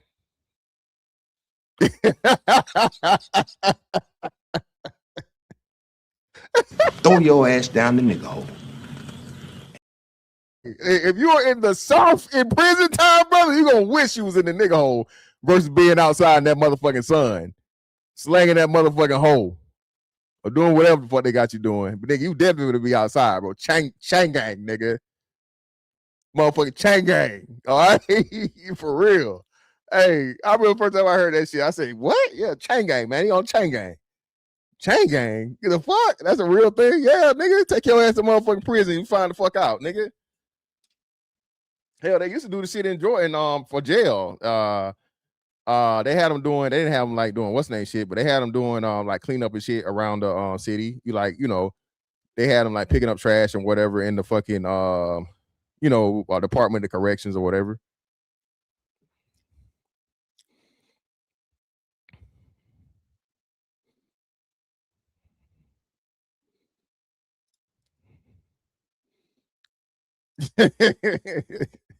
Still have a respect for.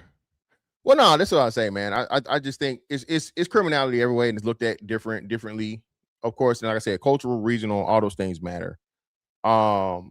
But the thing is, when it gets to a lot of these things, bro, the reason why they are the way they are, and this is why I put the onus on us, the black people, the non-criminals, the non-affiliated, the non-street people, the people that are the law-abiding citizens, bro, we aren't fucking taking the control that we have. You can't let the motherfucking inmates run the asylum, bro. It's especially when it's less of them. It's less of them than us.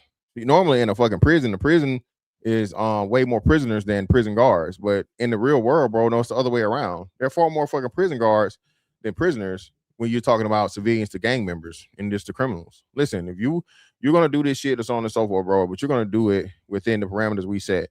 You step out of line, you step out of these boundaries, there will be a price to pay. And my point, now back to what I was saying, right? So I don't know if you guys remember this. So the people drove from South Carolina to Mexico or whatever, all right, tourists or whatever. Them niggas was going there to buy some dope, pretty much, right? So motherfuckers tried it. I guess they was gonna drive all the way to the fucking plug to get the dope for cheap or whatever. Some shit went wrong. They killed 2 of the niggas. They kidnapped the other 2 people. I think the one nigga that survived got shot, and then they released the lady without harm or whatever, right? It became a big deal because it made it look bad because it was a cartel thing, and the cartel thought that's what it was. That's where the Haitians came in. So the cartel thought they were like Haitians. The cartel thought they was Haitians, you know, trying to move in on territory, trying to move dope and sell dope or whatever, so on and so forth. So they smoked 2 of them, 2 out of the 4, right? When it came out that wasn't the case and they were American citizens, the cartel like, oh shit, well, we can't make this shit hot and we don't want to go beefing with fucking United States of American government. So what we got to do is we got to fucking round up, you know, the people that did it, allegedly, however many people, 4 or 5 people that did the shit, put them in the town square, say we apologize, and turn them over to the authorities. And that's what they did. There's rules and everything, man. I keep telling y'all this shit. Even the most gruesome motherfuckers understand there's something more powerful and something bigger over them, right? And that's the part that people don't understand when you start talking about even the worst of motherfuckers and shit, bro. At the end of the day, 99.9999999% of people care about dying. Vast majority of motherfuckers, bro, can't override that biological imperative.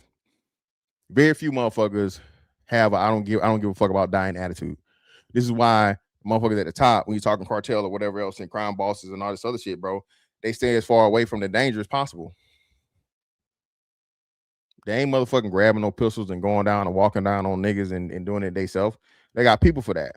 Why? Because they done work this shit more likely than not, work their way up to the top or however it came about, and they above the fray in that aspect. Whatever happens. You make the call, but you're not motherfucking putting in the work. You're not willing to go down there and motherfucking, you know, dodge bullets yourself. You got people for that. So, and it's an understanding once you know who this person is to pull them to the side and be like, hey man, look, listen, bro. I understand what the fuck you got going on right now. For now, you're running it wisely and smartly to the point of where you can't be arrested. They can't put you on no motherfucking Fed charges. They can't put no RICO on you, so on and so forth. Cool, fine. But we all know who the fuck you are. So this is what's going to happen, right? So your people are going to be allowed to operate here, and here within these fucking parameters, right? Whatever you guys do against your rival people and the other street motherfuckers and shit is cool. Whatever happens to y'all happens. Hey, we just come. If y'all get into some shit and somebody dies, we pick them up. You know what I'm saying? Throw their ass in the casket or throw them in the fucking urn and cremate their ass and go on about our way. When we get around to it, we get around to it. But if for whatever reason between y'all bullshit, you touch an innocent person, especially a fucking child, all of this shit go crumble, bro. All right? You won't be able to move a motherfucking nothing. Not a drug, not a gun, nothing, nigga. Not no gambling money, nothing. Okay? Once y'all step out of this shit and one of ours get hurt, an innocent fucking person is not involved in your fucking activities, is negatively impacted, injured or killed, all your shit gonna just be the same way it go down in the prison, bro. Prison will tell you that shit. See, that's the crazy part about it, right? Prison politics have a better understanding of order and discipline because you lose privileges. And their shit is a whole lot more harder to enforce because at the end of the day, like you said, bro, they're outnumbered. It was just a prison last month that was overtaken. Where was that? I want to say it was like Mississippi or something, somewhere down south. Y'all remember the story about the place that was bro, mouth dry as hell. Give me a second. I got a Murder Man dance shot one more time, man. Give me a second. I got some water. Mouth dry.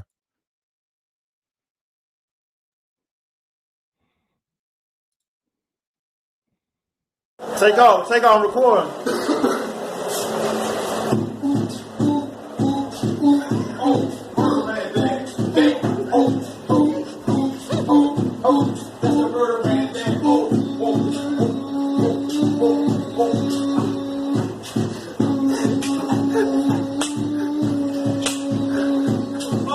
Real more shit, man.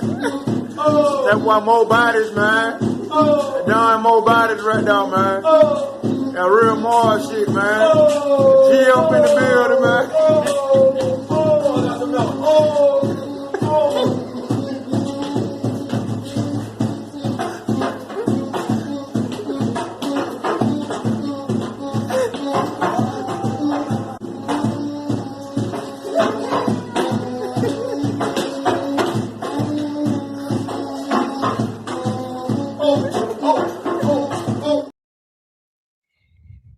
My apologies, man. My mouth was dry as a motherfucker.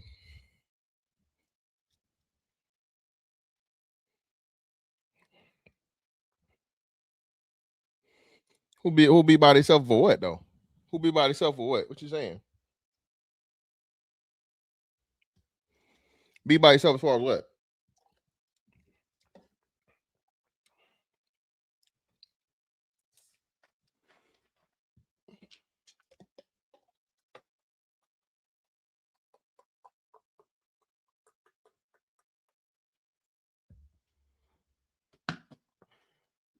And it's seltzer water, man, by the way. Get you some seltzer water, man. Change your life.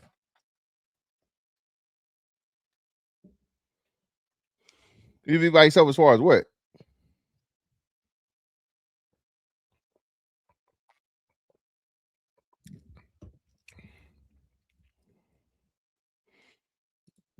No. Fuck no.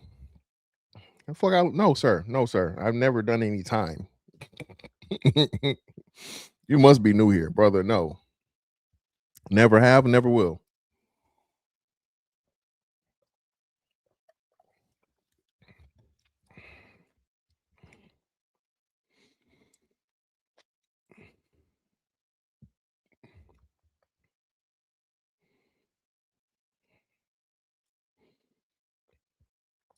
Well, I mean, I think they'll delete themselves eventually.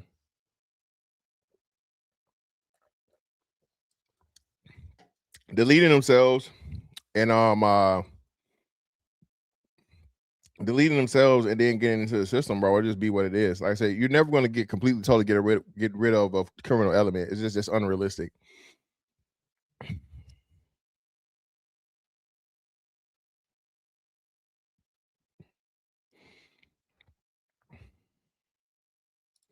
Shout out to UFO Kamikaze. Yeah, bro, that shit was like prison, nigga. I did a couple bids. Nigga. I did a couple bids on a floating prison.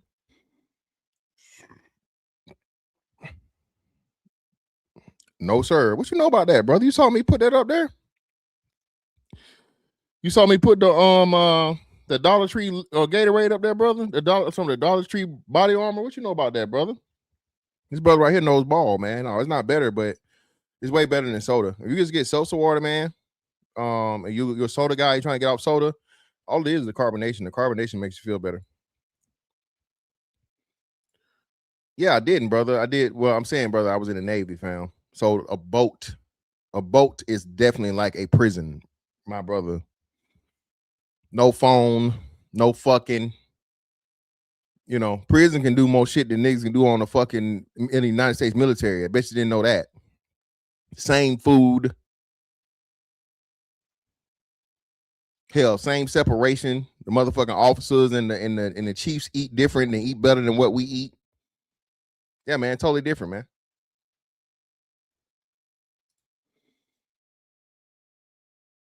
Very similar circumstances with just a little bit more freedom. Niggas in prison can do everything we can do and then some.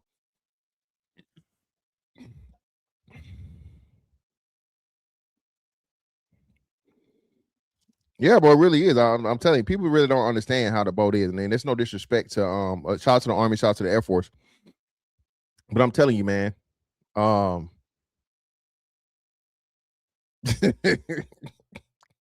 Well, it ain't supposed to be. Ain't supposed to be. But nah, man, I'm telling you, bro. That's really what it's like, bro. I'm telling you, because your mind thinks about it. You can't like, no matter, restricting yourself to any area to where this is the end, this is as far as you can go, eventually clicks into your mind, period. Right? Especially when you're used to having freedom and you can literally go, whatever. You can go an hour away or 10 hours away, or however for your feet or your car can take you. On that boat, bro, no, nigga, you have a designated amount and limited amount of fucking real estate which you have. And that shit kicks into your brain to where, oh shit, I'm, what I'm saying, this is all I can do. This is as far as I can go.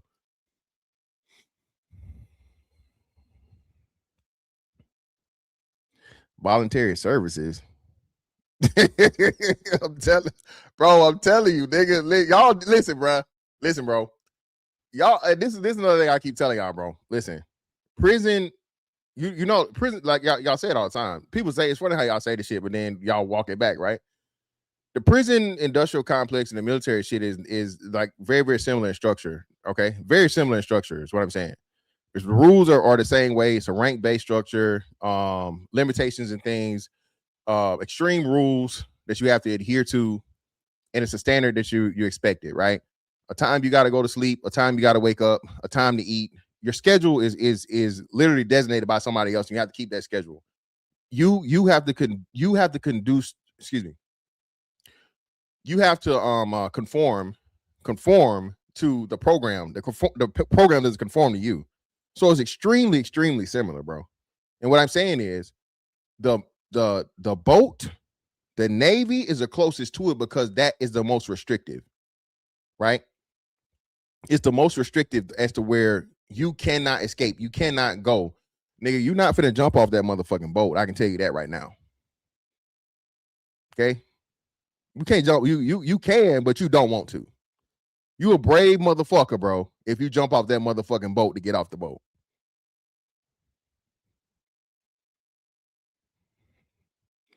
Change them how, brother? Bro, you can't be exactly, my nigga. I did 20, but listen, I was a squadron guy, bro. So let's be clear, young fella. Yeah, I did 20 years, but it's not, I wasn't a boat guy. For a boat motherfucker, bro, that motherfucker there, that's a different breed. A seaside motherfucker, bro. Listen, bro. Well, hey, them the motherfucking them the wardens, bro. Then the wardens and the COs. The chiefs would be the COs, and then the wardens would be like your officers, like your ship captain or whatever. Yeah, co-ed ships didn't change shit, bro. It's women there, but you can't be fucking on them on the boat. That shit gonna cost you money and cost you time. The worst thing you want to be is to have your fucking shit restricted on the boat, nigga. It's already bad enough. And they can lock your ass up too. Bet you didn't know that. So how about being on prison, being on a floating prison, but then actually being put in prison, nigga? All right. So how about you get in trouble on the boat and they throw your ass in the brig on that motherfucker? That's a whole different thing. You don't want that.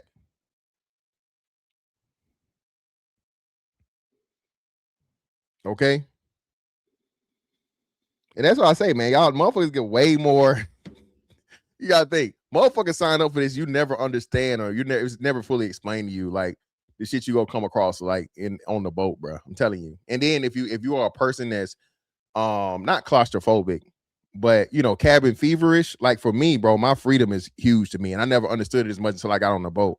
Right? I just like being able to move freely and do what I want to do, pretty much. You know what I'm saying? Whenever I want to do it, is my personality type. You don't understand that until you have it taken away, and then you're extremely, extremely limited. You know what I'm saying? Hey, shout out to my man right here, man. Gurkha legend. Worked the bridge in JFK. Hey, man. You know how that shit go, bro. No, I went on the small boys, Mimi Flow, thank God. If I would have did a small boy, I wouldn't have made 20 years. I can tell you that now. They would put my big ass on the small boy, I wouldn't have made it. I never did. I was always on a carrier. I never did time on the small boy.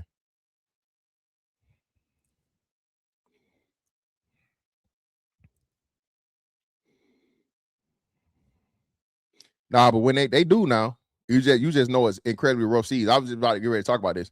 So frame runner, my last command was the last deployment, right? So that deployment was the one that they got fucked up. Remember with the Ukraine shit got extended, bro. They went through bad weather and they told them, hey man, we should probably go around this weather because it's supposed to be extremely, extremely bad.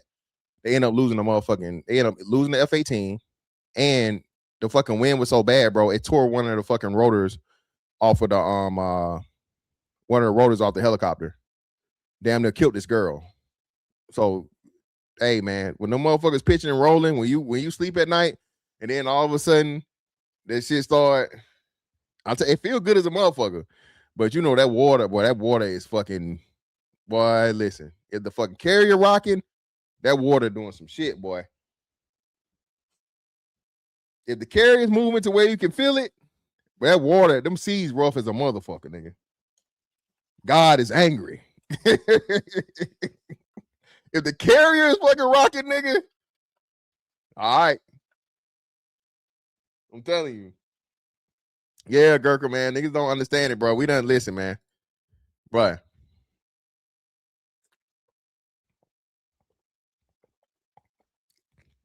They tell your ass get below decks.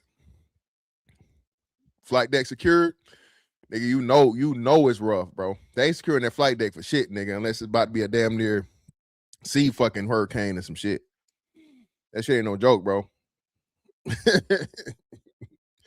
That shit is no joke. Hey, you will never drink all that water, nigga. All right, you'll never drink or outswim the ocean. Okay, words of a wise man. You can't drink it all. You can't swim it all. I promise you. All right.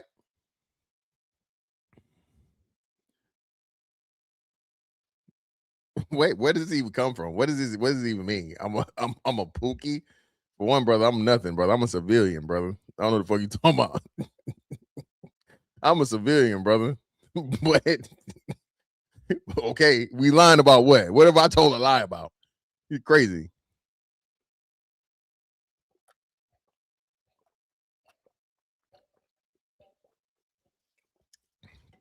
All right, bro. All right, man. Chief Ray Ray is hilarious. But nah, man. Listen, black people, we have to take control of our neighborhoods, of our communities, and hey, man, put some motherfucking put some parameters in place and rules in place for these street niggas, bro. It's not that hard. I'm telling you, man. It's really not that hard, bro.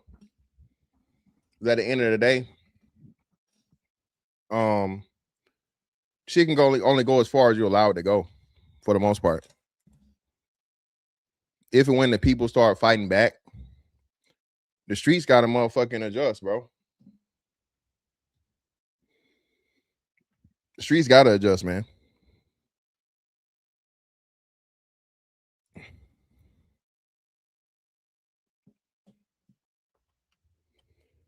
Because shit, we'll make it. You can make it to the point where, hey, look, man, nah, you can't get no food here. You can't get no food here. You can't get no service here. No, we not doing this. We not doing that. Nigga, one of y'all niggas get shot. We'll make sure the ambulance motherfucking take the long way around. I'm telling you, bro, you gotta listen, bro. If niggas is playing dirty, bro, you gotta be dirtier. That's how you get shit done, bro. Yeah, man. Shout out to, that's what I'm saying, Anthony. We all remember this, man. We was kids, bro. Street niggas understood and had respect for the community, bro. Right?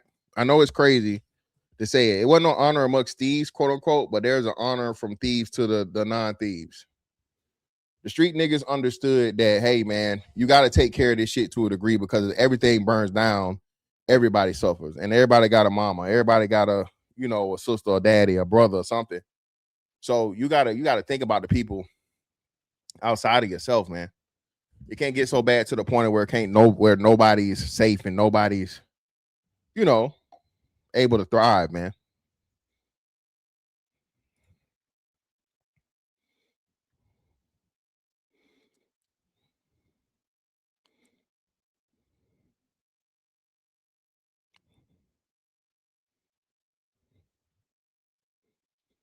Yeah, until they fucked that up. Yeah, definitely supposed to be all fucking what's the name, man? Definitely supposed to be off limits.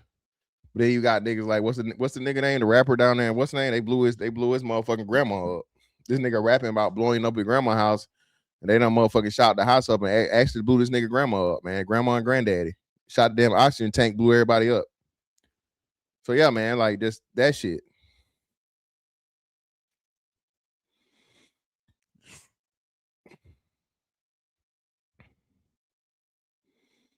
Hey, that Amsterdam shit worked though.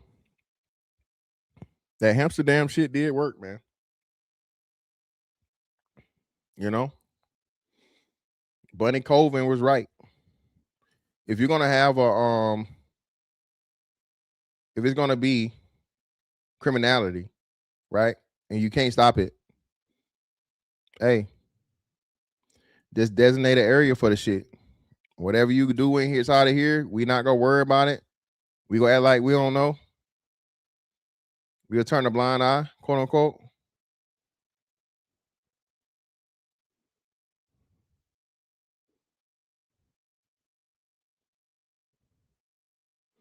And go from there, man.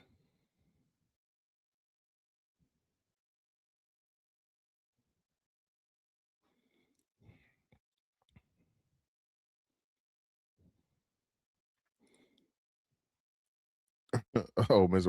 I think a lot of people are thriving on black degeneracy. Blacks just can't control their lower class. No, I agree there. That's what I'm saying. We don't have a fucking what's name, man. We don't have any type of regulations for them to even try and force them to do what they're supposed to do.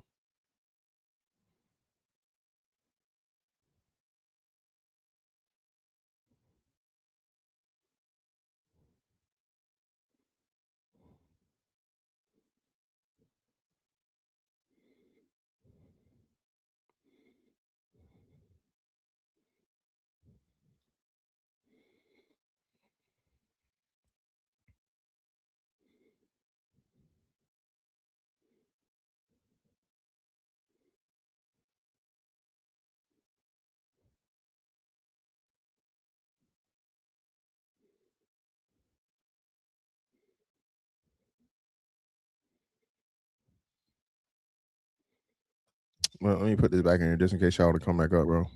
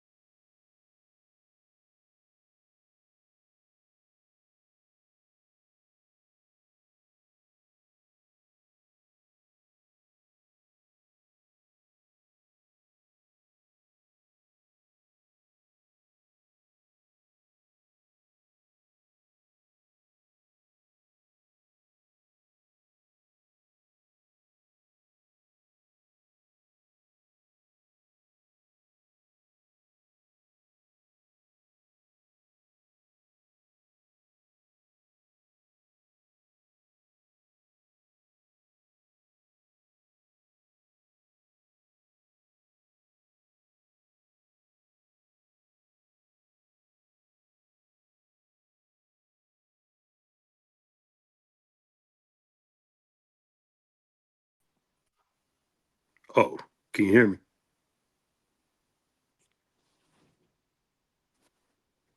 Oh shit, I'm muted. My bad. Can you hear me? Can you hear me? Yeah, I can hear you. Yeah, go ahead. What's up? The only way you're gonna correct the street politics in California, as far as like you got to bring in constitutional carry and stand your ground. Well, I don't know about staying your ground, but the constitutional carry is pretty much coming down the pipe, like I said, because they're the Supreme Court has pretty much overturned all of these state regulations and all these extra things you got to do. So that's why I say again, it's not legal advice, but something close to that. But yeah, Cali will never be a staying your ground state unless they do that from a federal standpoint too. I don't think they can do it federally. I mean, it needs to be, if you're not going to fund your police, you got at least to have something to defend yourself with. I mean, keep what you earn. They're losing money bad.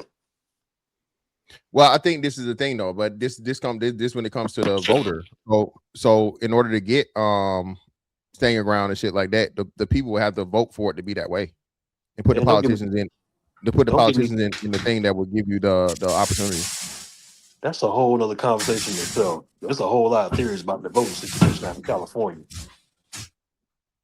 Is that me or? No, that's somebody else came up. I mute him up. Yeah, okay. That's a whole nother situation itself, as far as like the real votes versus the actual votes. And it's part of the reason why people like those who are actual residents then pretty much threw their hands up. Because every time I speak to people from California, they agree with everything you're saying and everything. It's just they just done completely gave up on it.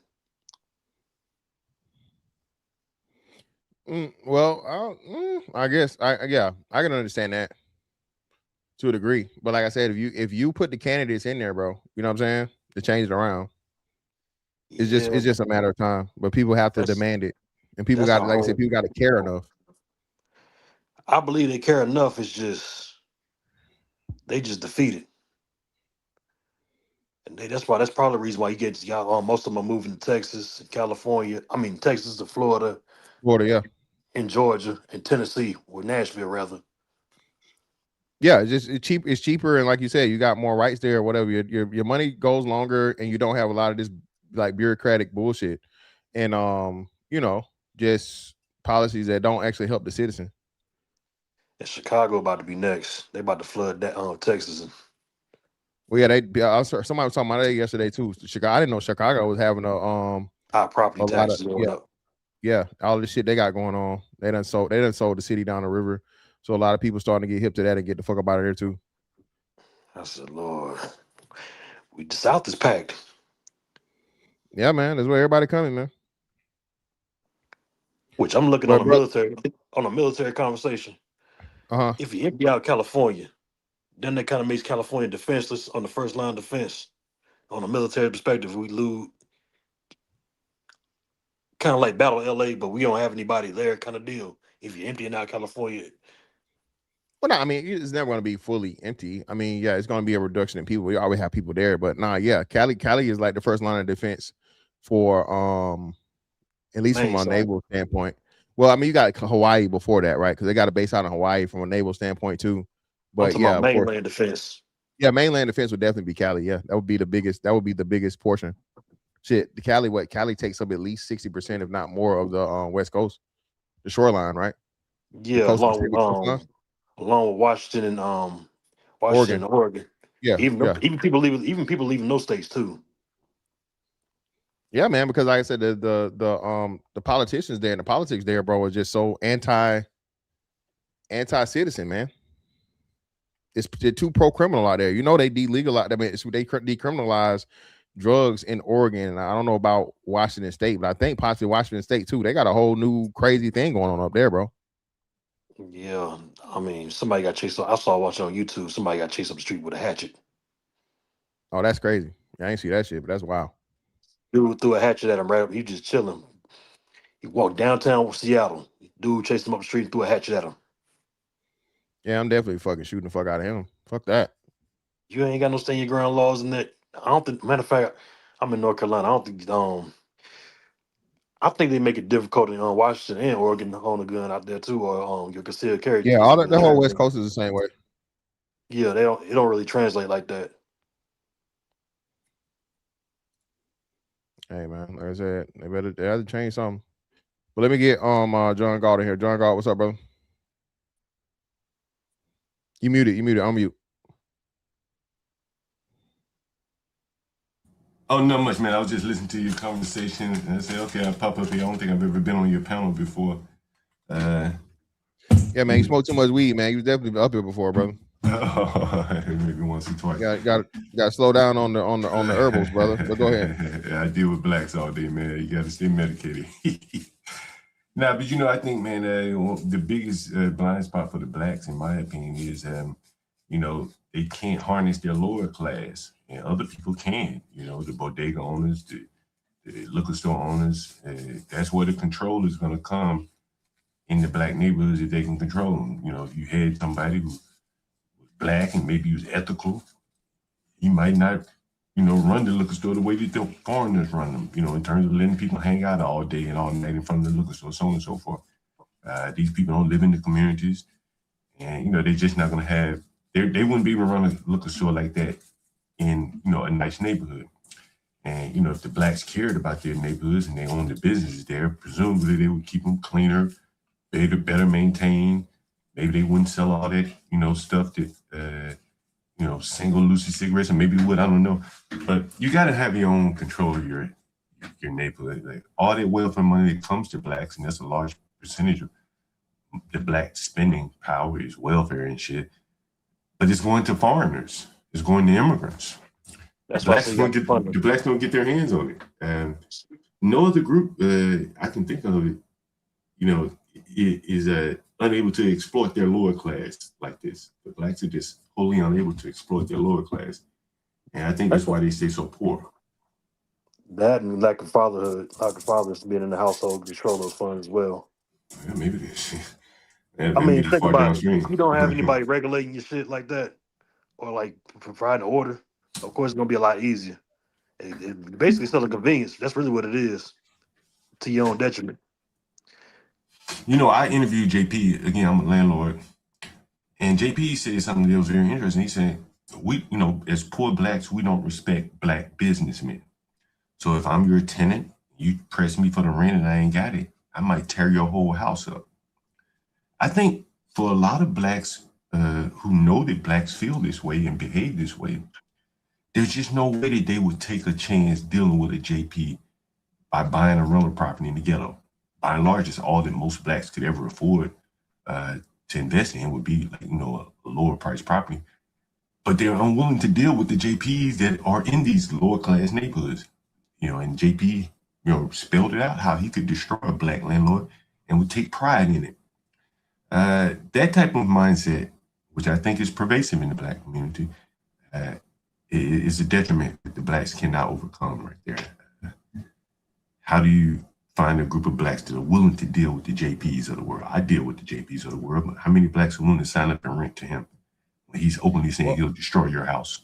Yeah, but I'm trying to figure out why are we making it like exclusively a black thing, especially when doing if that black landlords are a very, very small percentage. So I'm just trying to understand the basis of the claim or the point you're making. Well, I think it's the chicken and the egg. Why are black landlords such a small percentage, even in the ghettos? I think partly because they don't want to deal with their fellow lower class black man. It's a lack. I'll say it's a lack of respect. Hell yeah. That's what JP says. JP says he respects a white man in business more than he respects a black man. And so that individual, let's stop just using that name or whatever. I don't like, motherfuckers aren't here. Motherfuckers aren't here to defend themselves, and I don't want to make it seem like I'm talking about them and have a conversation about them. So let's just say person in general. Fair enough. But you got a mentality, right? I had a tenant this week, which he typified all of the behavior that was being mentioned by this person. The violent nature, the willingness to destroy, take over someone's property. And so I equate it to like lions and hyenas.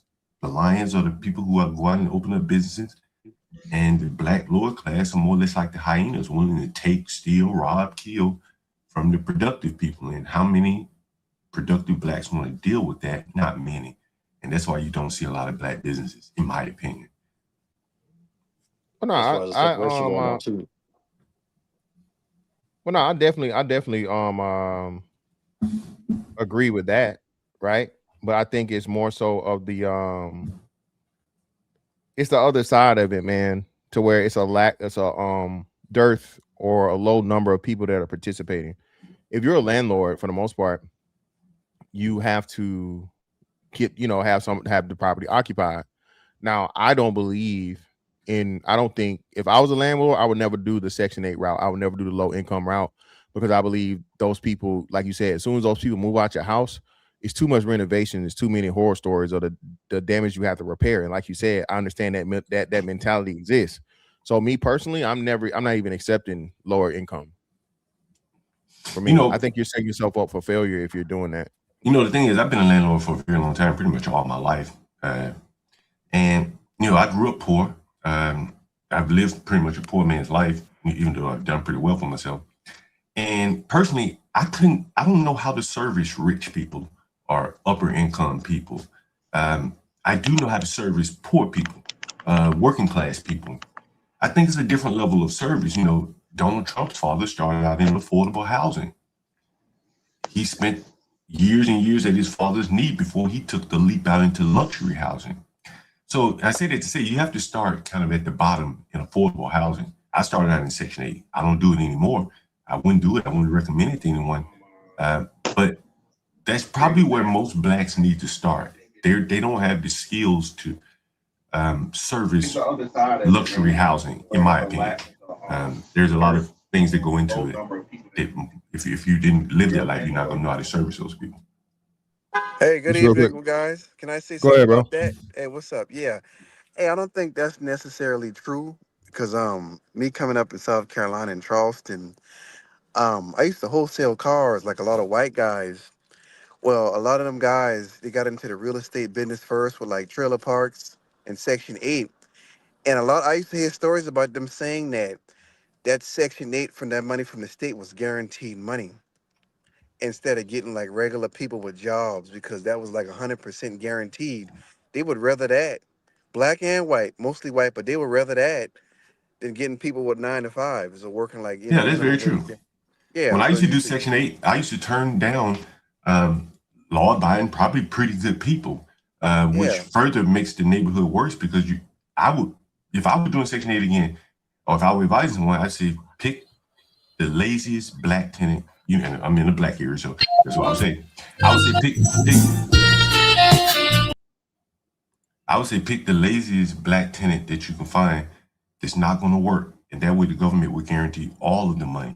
If they're trying to work, they're in and out of employment, your payment will go up and down as they go to work. So just choose somebody that you know is not going to work and that have maxed out on children, so they're not going to be moving. I didn't just get bombed, did I? In the chat, what did he do? I heard the music. I didn't see the thing. What did he do? Did he do some weird shit? But I missed most of the show. Y'all talking about the LA stuff. I missed most of this thing with the going on. Hey, what did Buddy do, y'all, on the thing? Sound In like, the chat. sound like you played Kenny G. Did he just play the music or that's it? That's all I heard. I ain't see him do no crazy pictures. Okay. Hey, bro. Brother in the background, man. You can't play music on the stream, man. And now I need you to cam up just for me, fam, so I can see who you is. So brother Mike, I need you to turn your camera on, bro. And show me a peace sign or something, man. Let me know like a real person. You ain't trying to fuck my show up. Because you're doing weird shit. With your flag.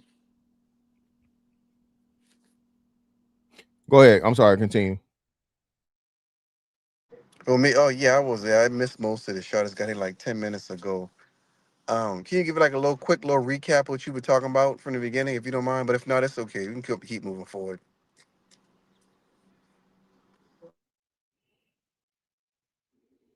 Yeah, it's weird. Yeah, some weird shit he doing. Yeah, I'm glad I didn't let him back up. Cool. Yeah, but go ahead. Misery, brother. Go ahead. It's on you, brother. Unmute. You muted. My bad. It's my first time jumping on the panel like this. By the way, I've been listening to you talk about the California way of doing things on politics, and as far as Washington State, I live here, and it's they when I first moved here, it was very moderate. Lately, it's gone way to the left. It's on some of the extra bullshit. So it's like, yeah. So just to ask you a question, brother. So like I said, did you said you Washington State, correct? Yes. Did they decriminalize like hard drugs up there, or was it an Oregon thing? No, that was only in Oregon. They did entertain it in Olympia for a while, but it got shut down. Okay, cool. So it's an Oregon thing. So I was correct. I just want to make sure I was correct about that because I wasn't sure about Washington State. But go ahead, brother. So what's the change you've seen from, I guess, like the moderate to the extreme leftist policies? I mean, your opinion. Well, now they can hide your kids from you. and be like, hey, Jimmy went to being Jennifer. You dig what I mean? They been on that pretty damn hard or whatnot. That's why it's like I look at the whole DEI thing. For some reason, on these panels, people act like it's a black versus white thing. No, the loudest people that came from the DEI thing happened to be the Transformers. Like they got loud everywhere. You know what I'm saying? They became the loudest motherfuckers in the room everywhere once these policies got put in place. And since then, yeah, go ahead. What was that timeline as far as like that you noticed the change happening? Like, was it 10 years ago, 20 years ago? What was it? Well, when it became very prevalent, I'd say Obama time. Okay. Like when it really got loud. Those certain individuals have always been with us. It's never been a big deal. But once they got power, like Tommy said, some people shouldn't have power because once they get power, they really just act the goddamn fool. But yeah, I say 10 years or so, whatever. But other than that, I don't know what the hell is happening. They running all the money up out of Washington. Like all the major companies that started here, Microsoft, Starbucks, all of them, they leaving. Yeah, because I said so that whole Marxist communist bullshit, man. What they call it, the what do they call these candidates? The Socialist. Democratic Socialist. Democratic Socialist Association. Appreciate you, brother. The DSA, these DSA candidates and shit, bro. Again, I don't understand what people not getting, bro. This shit is nothing to play with, man. Yeah, but that's not gonna last long because that's just something they saying right now because they know they can't promise voters anything. They can't say jobs no more because the job market is down. They can't say they're gonna build anything. So that's just something they're just saying to save is they want to pretend like they're gonna beg Elon, Jeff Bezos, and Mark Zuckerberg to give some of their wealth away to poor people. It's never gonna happen. And they see the political violence now with these CEOs getting clapped and all that. So that's all. It ain't gonna last after Mamdani, after he fails in New York. That's gonna be the. And it's like remember they had the Tea Party back in like 2012 and 11 and 13 with them white guys. That's all. It is a play on words. It's something that's made up. Yeah, it's not gonna last long. Now, simple fact is, Elon Musk, all those rich guys from here, they actually contribute to charitable organizations. They do that. They just like, no, you are not going to take 40% of my damn money for this bullshit that you pushing. That's pretty much what it is. Yeah, and that's never gonna happen. So after that dude in New York, because he kind of like pushed this stuff. After he fails, people say, man, that was a scam and a joke, and it's gonna be over from there. That's all. It's like a little fad. That's it. I don't think y'all understand, bro. Just how, bro. I'm telling you, man. The girl down here and just won the primary down the here. Black chick with the dreads. Yeah. Well, she don't got dreads, but yeah, something like that. But yeah, I know you're talking about. Yeah, old girl just won out here, bro. Like out of the blue. She's a legend. She's staying with no real funding or whatever. Of course, she being backed by some type of Soros thing or whatever. She running for governor? Nah, she's running for a Senate seat. She's running for senator. Okay. Yeah, I was just in New York, man. I don't know if it's gonna flame out anytime soon. And some of these elections are flukes. She won the primary, but she's probably not gonna win like the general. But I mean, there are a lot of people out here that's gonna vote for free stuff, man. Like the free shit. Like that Tallarico dude. That Tallarico dude. God is right on that. He's not gonna win. These like little fluke elections. If you look at what they're doing, like in New York and probably other places, in some of the cases, hell, they've overthrown a Dominican who's on the House Appropriations, something like that committee with a DSA candidate, Jamal Bowman. He's a black guy, Democrat, pretty liberal. They're going after him. Hell, I was in the New York subway. They were campaigning, talking rough about Mondami, saying, he ain't delivering on all the socialist stuff that he wants. And he's pushing the agenda pretty far, rent freezes, stuff like that. And that's still not enough for them. So I don't think it's going to flame out like the Tea Party or anything like that. The thing about Mondami is she getting cut off by Kathy Hochul. She cutting them off too. But she's not No, gonna be able. no. She's not gonna be able to withstand that Democrat socialist movement. She'd retire first and let somebody take over her position before she stand up to them. In my opinion. Well, this is what I'm saying. I think we're all saying the similar thing, but what I guess we're saying is this, right? It still has to run its course, and it's just started. So you know how people like to jump on fads and things. What I'm saying is Mondami winning, and the problem is the people that are voting are the most like people with the that hate the country the most. So the people that are showing up to vote are the people that want to see the shit burn, is what I'm saying. And, People and only it's care for- fantastic. And yeah, that's what I'm saying. Like I went to New York last month on my birthday, like around July 14th, 15th. I said, damn, nothing but a bunch of foreigners and immigrants. Where all the damn black people at? Even like going past my old man old projects. I said, In where all the Charlotte. damn black people up? Yeah. In Charlotte. And yeah, and the same thing like that dude in Michigan, the Muslim dude. They're trying to do like a Muslim takeover in Dearborn. So he won a little did that. primary, but It's them been black, done. yeah, them black folks ain't really. They pressing him now and saying that he African American, he got Egyptian roots. So that's what I'm saying. You're gonna have a few of them slip through, but once people get catch, it's like you said. I said it's gonna probably last about 2 or 3 more years. And then when they No, start no. failing, it's gonna go back to Republican, Democrat again. It's gonna wash itself out. I can tell you. I think you're I can missing tell it you. because the economy is so bad for the people that they're representing. These are more or less what I call the undermen. They don't really have much of value to mainstream employment, and so they're always going to be drawn to vote for more and more government. Hell, they just voted for a rent freeze, man. Economically, that doesn't make sense, but they voted for it anyway. Well, that's what I'm saying. This is why I'm saying it. Hold on, let me go ahead and frame runner whoever's trying to get in. You go ahead, then I'll go after you. No, I'm just responding to what he was saying, like everybody was moving towards. Everybody's moving to Charlotte and South Carolina. That's where all the New Yorkers moving to. Okay, go ahead, brother. Misery. Go ahead, brother. Yeah, I can tell you now, it's gonna take us at least 10 to 15 years to clear up all this bullshit they're doing in Washington State. Like that it's not gonna be no overnight thing or whatnot.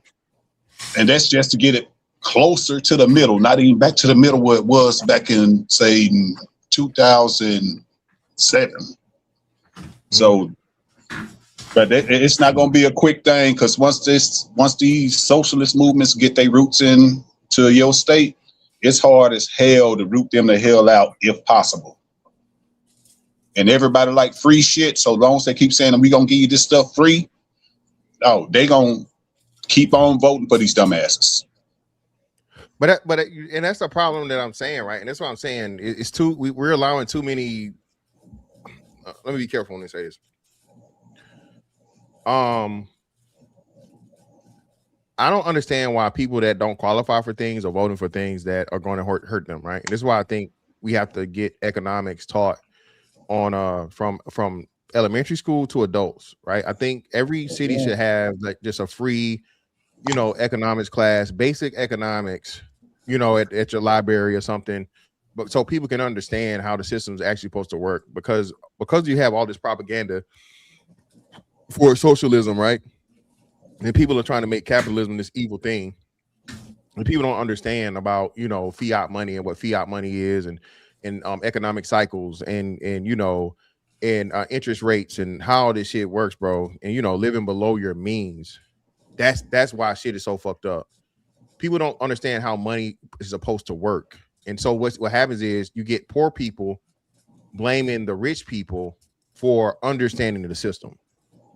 And I think with a much better understanding, now you have people that can pull themselves out of poverty, pull themselves out of less financial situations. Of course, not most, but more people, right? Because now you actually understand it's not you're being picked on. It's not that the system's fucked up. It's just that you're not using the system properly that's available for everybody. Yeah, but most importantly, you're making poor economic and financial decisions with the money that you do have. Yeah, now, but you got to take in kind of consideration the fact that inflation and things are going up. Like if you give somebody go to school and get a good education, get a trade, they trying to do the same thing that their parents did back in 2001.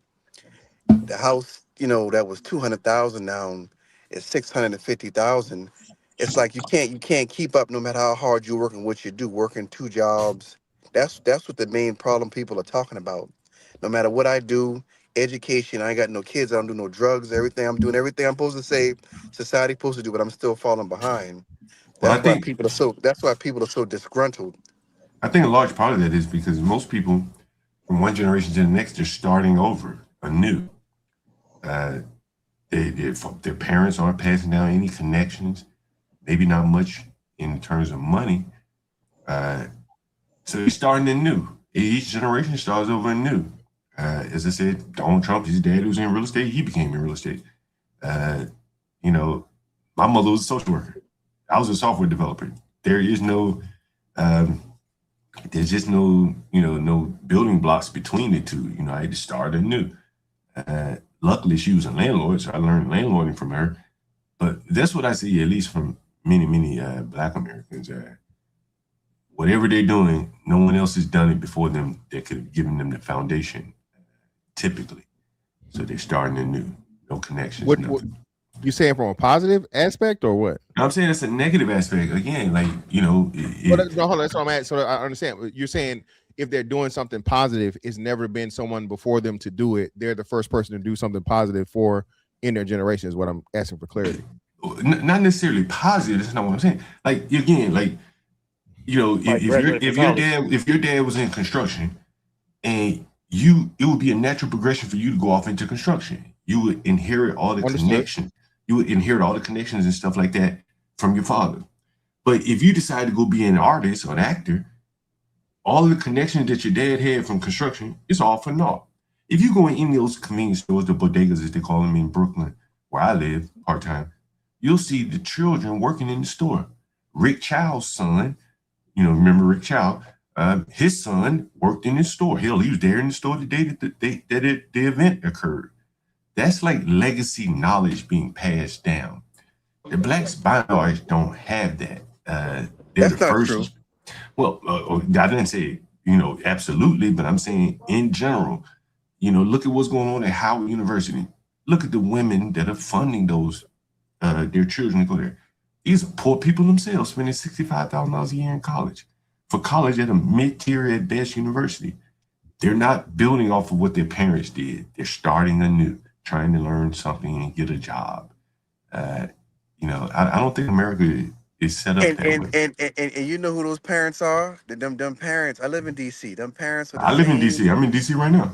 Yeah, me too. I'm in Ivy City, about to go walk in the Trader Joe's. I'm in Congress Heights. Them same parents are the ones who got laid off, 600,000 lost their jobs up there now, like in their mid to late 40s, a little bit older than us. And a lot of those Blacks who are government workers, and again, you can't pass down a government job. Can't do it. Maybe you can get your child a government job, but there's nothing being passed down there. There's no legacy of connection, anything like that. And you live in DC, so you know better than anybody. As soon as your mama or daddy retire from the government, the connections are gone. Well, you can't. You can't really pass that stuff down. That's just like a new. Like I moved here in 2014. I think I was 2014, and rent when I came up here, rent was like $800-900 a month. Now the same places I moved out of, like 6-7, them places $2,000. Yeah. And I was living a life, 28, 29, doing, going out every night doing it good. But you can't do that no more, because things are like damn near 3 times more. Damn near 12, 13 years done passed. So that's the thing. Working the same job, you had 12 years ago, you can't really afford it. And food going up, those like the basic necessities in life. And that's the main thing people are crying about, just the food. Yeah, but Eric, the gas. Eric, let me say this, Eric. That's what I'm saying though, right? So that's a part of inflation and a part of other things that's why I say if we incorporate the economics aspect of it, and then people start understanding how the cycles work, you understand your your feast and famine aspect of when you can spend money, when you need to save money, right? And the traits will never be elected again. Where for what? If they teach financial literacy. That'll kill the Democratic Well, Party. yeah, Right? that, I mean, but that's what I'm saying. More outside of the It's politics. a whole lot. That's gonna kill a whole lot of people. That's alleged votes, basically, for the. You assuming that people would target and would be able to understand it and implement it. Like, man, bro, we got an IT problem. But that's what I'm saying. So and that's why I'm saying I don't think that would be a problem, because like I said, I don't think it will be most people that would be able. It wouldn't be a flip of the way everyone just whatever. I think though you get a nice 5 to 10% bump though of people, and then now you have enough voters to understand, hey man, this ain't a quote unquote candidate as much as it is this financial issue or this financial issue or this fucking this cycle, or this inflation, this is stagnation, this is all these different things, right?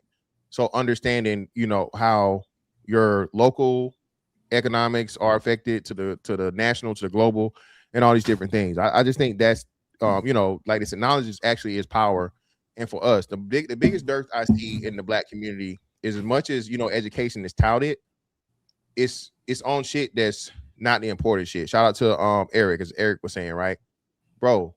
If you understood how much the price of oil or the lack of oil or restriction in oil is going to affect all of your groceries, it's going to affect food prices and all this shit, bro. They talking about beef about to be $8 a pound, bro. Yeah, corn too. People forget about corn, and that's an important thing too. Corn and wheat, all these things again. And people, because like I said, those aren't things that just used to feed you. It's used to feed the fucking meat and the protein that you eat.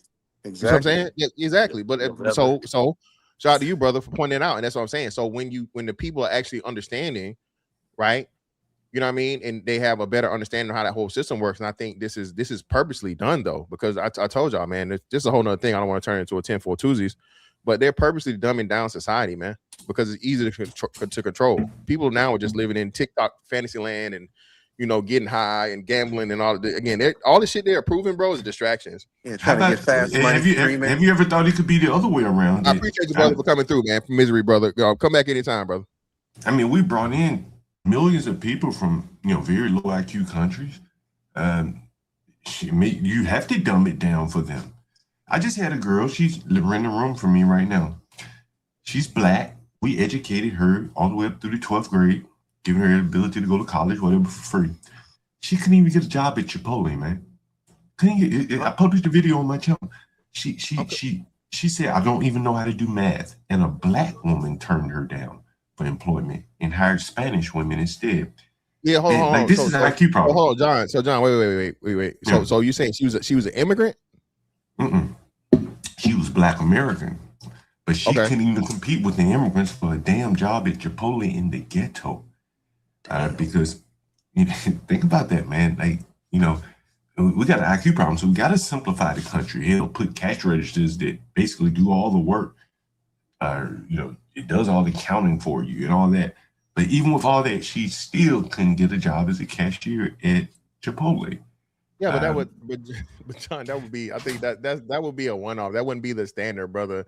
But you can't tell me that there are a lot of kids all across America that we've No. I was about to get to that point. So I need to lean into that, because you did bring up a decent point though that needs to be addressed. That's another thing too, especially in that area, because it's not just DC, it's Baltimore. Baltimore is like one of the worst offenders, right?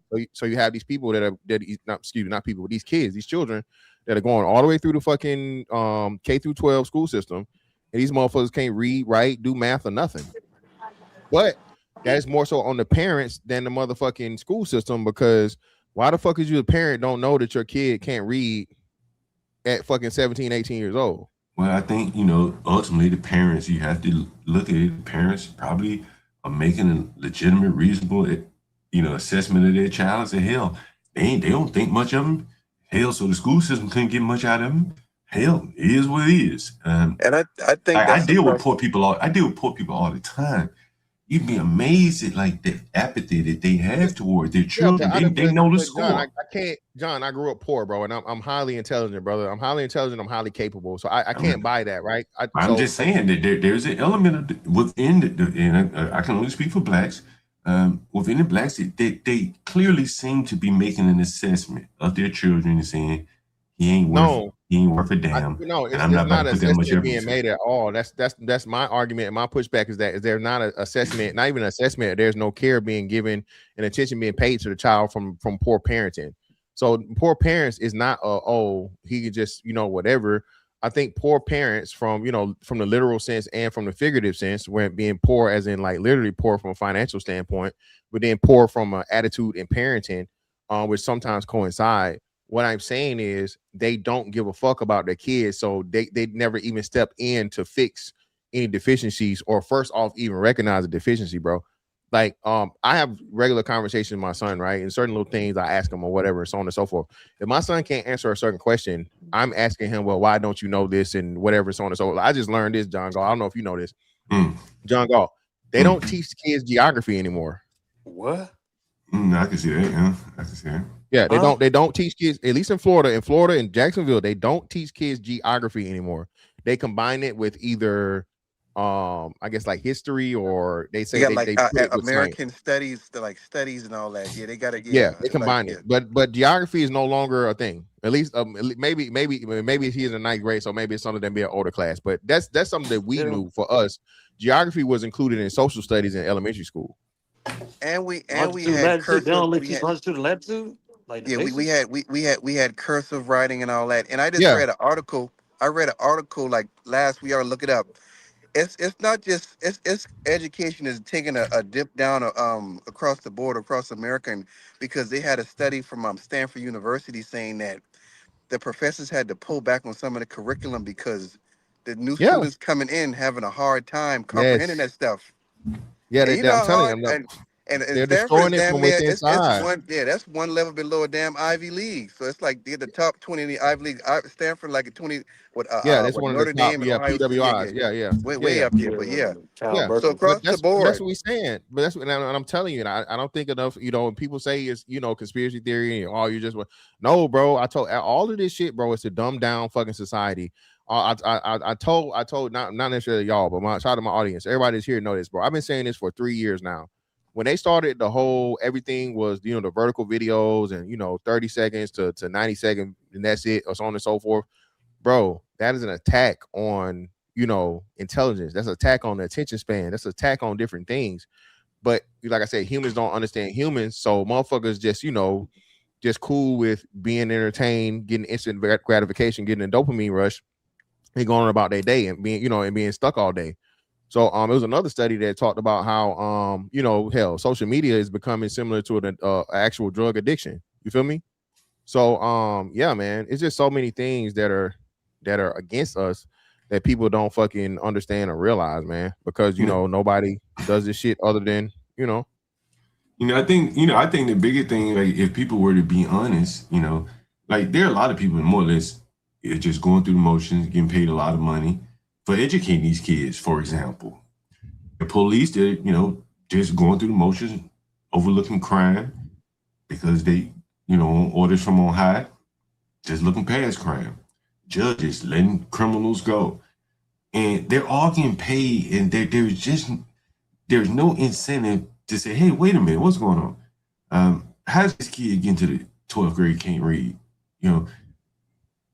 Because ultimately you might come to the conclusion that some children probably don't need no more than about a 5th or 6th grade education. They prepare them to go work somewhere. It's not a problem. Most people are going to work anyway, warehouses, wherever. We need those people, and far better them to do it than have automation come take their place because they're unwilling to do it. But that's an uncomfortable truth there, because who would be willing to say, hey, my child don't need to go to school to the 12th grade. He only could have to go to the 9th grade or the 8th grade. That's enough for him. Go to the fields. How many people gonna say that? Well, no, I think I agree with you there too, right? To a degree, because I think a lot of these parents look at their kids as a burden, especially when they can no longer get money for them at 18, right? So especially from an impoverished parent, right? Because, I think they look at that from that standpoint. But I just don't. It's not just the poor people either, man. It's not just the poor people. It's non-poor kids that are coming up and affecting these numbers negatively also. So just focusing on the poor aspect of it, you know what I mean? That's a part of the problem. But the poor ones are the ones that, in my opinion, are like the carcass that everyone is feeding off of. You tell them to lie, hey, go to college, you'll be successful. And then a bullshit college like Howard University will charge them $65,000 a year. Oh, you can't tell these black people that ain't a creme de la creme top of the line. Right. You can't tell them that. They will fight. You're feeding on the carcass by overcharging these poor blacks who probably at best should be in trade school or community college or probably working. They're going to school in one of the most expensive cities in the country like they're rich white people. That's crazy. And these poor black mamas, because I'm on these Facebook groups, I rent rooms to these Howard students. Their poor black mamas are scrapping and scraping and sending their children to college to major in sociology. I think that's one of the most popular majors at Howard. It just doesn't make sense, and no one's going to tell the blacks. You're spending $65,000 to educate a woman, and I would say Howard is not even in school anymore. Most of the damn people there are women. I think it's 70-30 women. You can't have a school with those skewed up numbers, man. Yeah, but especially like I said, HBCUs is extremely women heavy, bro. Again, but John, again, man, I know your campaign, brother. I know your ministry, man. You know the shit on the black people and whatever, brother. Have I shit on anybody? Well, no. I'm just saying, bro. You actually taking it very light today, John. I appreciate you, brother. This is me every day. No, I know. You taking it. I'm surprised, brother. You have a lot of decorum today. You like, you know what I mean. You ain't, you know what I'm saying. You drinking a little beer earlier. You ain't hit the blunt yet. I ain't do it, man. I smoked the blunt already. It's a Sunday, man. So John, hey man, we get relaxed, John, on a Sunday, baby.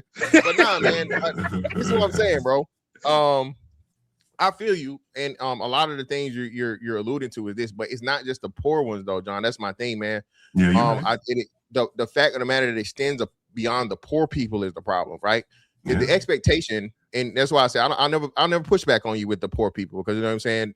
Different things and different circumstances, operating out of scarcity and operating out of desperation, certain people are going to have certain outcomes.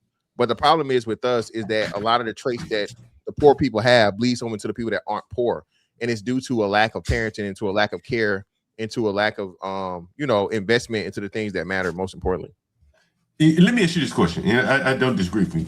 Do you agree though with me when I'm saying that, that Howard University is taking advantage of its students, charging them $65,000 for a mediocre education? Would you say that's fair? No. If you're paying $65,000 to go to an HBCU, and what is Howard's specialty? I don't know. Is Howard law or what? What's Howard? The top majors are sociology, social work, stuff like that. They don't have an engineering class. They don't have an engineering department. Of any Can I answer, Mr. Fantastic? Can I answer? Go ahead, Ashton. Go ahead, brother. I mean, to be fair, John, to your question, like I was always taught, you only go to school if you got a scholarship. Like you dumb the motherfucker if you paying, you get what I'm saying, like tuition and shit. Well, not tuition, but like the full. I get what you're saying. Like if I was to go to school, I would go for ball. But you get what I'm saying? Like I never understood why people go and pay like a full $65,000 or $40,000. But if you're willing to agree, if you're willing to admit or agree that Howard is basically fleecing their students, then you basically are agreeing with the point that I'm making, that blacks, and I'm using them in particular, are just being fleeced. They're like a big carcass. No, they're not. No, they're not. Show me some $65,000 to go to Howard, and you're not getting fleeced. They're not. They got other options. Someone said Howard has a great business program. I worked at Fannie Mae in DC. They would not hire Howard business students. Those are the facts. They got other options. That's all I can say. They can shop it. Same but, way they John, price on everything. My question is, but John, my question is, like, you getting fleeced regardless if you're not going off scholarship, correct? Like that's what I always. I mean, if I had a very intelligent, there are a lot of people that pay for their child's education. If he doesn't get, a full scholarship, they got to pay for someone. I got to see, John. I didn't do the research, brother. Who paying $65,000 to go to Howard, brother? I just looked at it, brother. It's $37,996, bro. So you came over here and tried to pull the banana and tailpipe on us. Well, hold on. $38,000. Hold on. Howard, according to what I've been reading, I've been on all these groups. They're telling their parents it's $64,000 for a full year. I guess they're including housing and stuff like that. And PhD would be lying. And I know because I rent to a lot of Howard students, because Howard has more or Oh less sold out. no. Shout out to you. No, you're right. No, hold on. My bad. Hold on. He got it right. Hold on. So that's the 38,000 is the base. Then the mandatory fee of 1040. Housing on campus. I guess you have to live on campus, and then Probably food the first meal 2 years. plan. So yeah. So when combining tuition, mandatory fees, housing, and food, the total direct cost bill to the university is $60,084 per year. So I apologize, brother. I stand corrected. So this one coming. So and this one I'm saying, this is what the pay. Like I'm seeing low class, middle class parents, probably first generation, professional job parents, got a government job, and they're scrapping. And I think Howard puts them on payment plan like $2,900, $2,700 a month, depending on how much scholarship. Man, these people probably could invest that money in a business in their child, for their child. But ain't that on the parent though? Any ambition? Yeah, Ain't that on- but actually, That's so okay. it's part and parcel. So not actually, it's 2 parts. So everybody, because like Howard is the name, right? So HBCU, alumni, all this shit, so on and so forth. So I understand what he's saying, but yeah, if you're paying $60,000 to go to fucking Howard, bro, and let's see, their most prestigious program is. You saying a business program? Or what's No. I didn't say no. I said the top majors at Howard are social work, What are sociology, the top psychology. majors in Howard? What is that school sociology, known for? What psychology, degree-wise?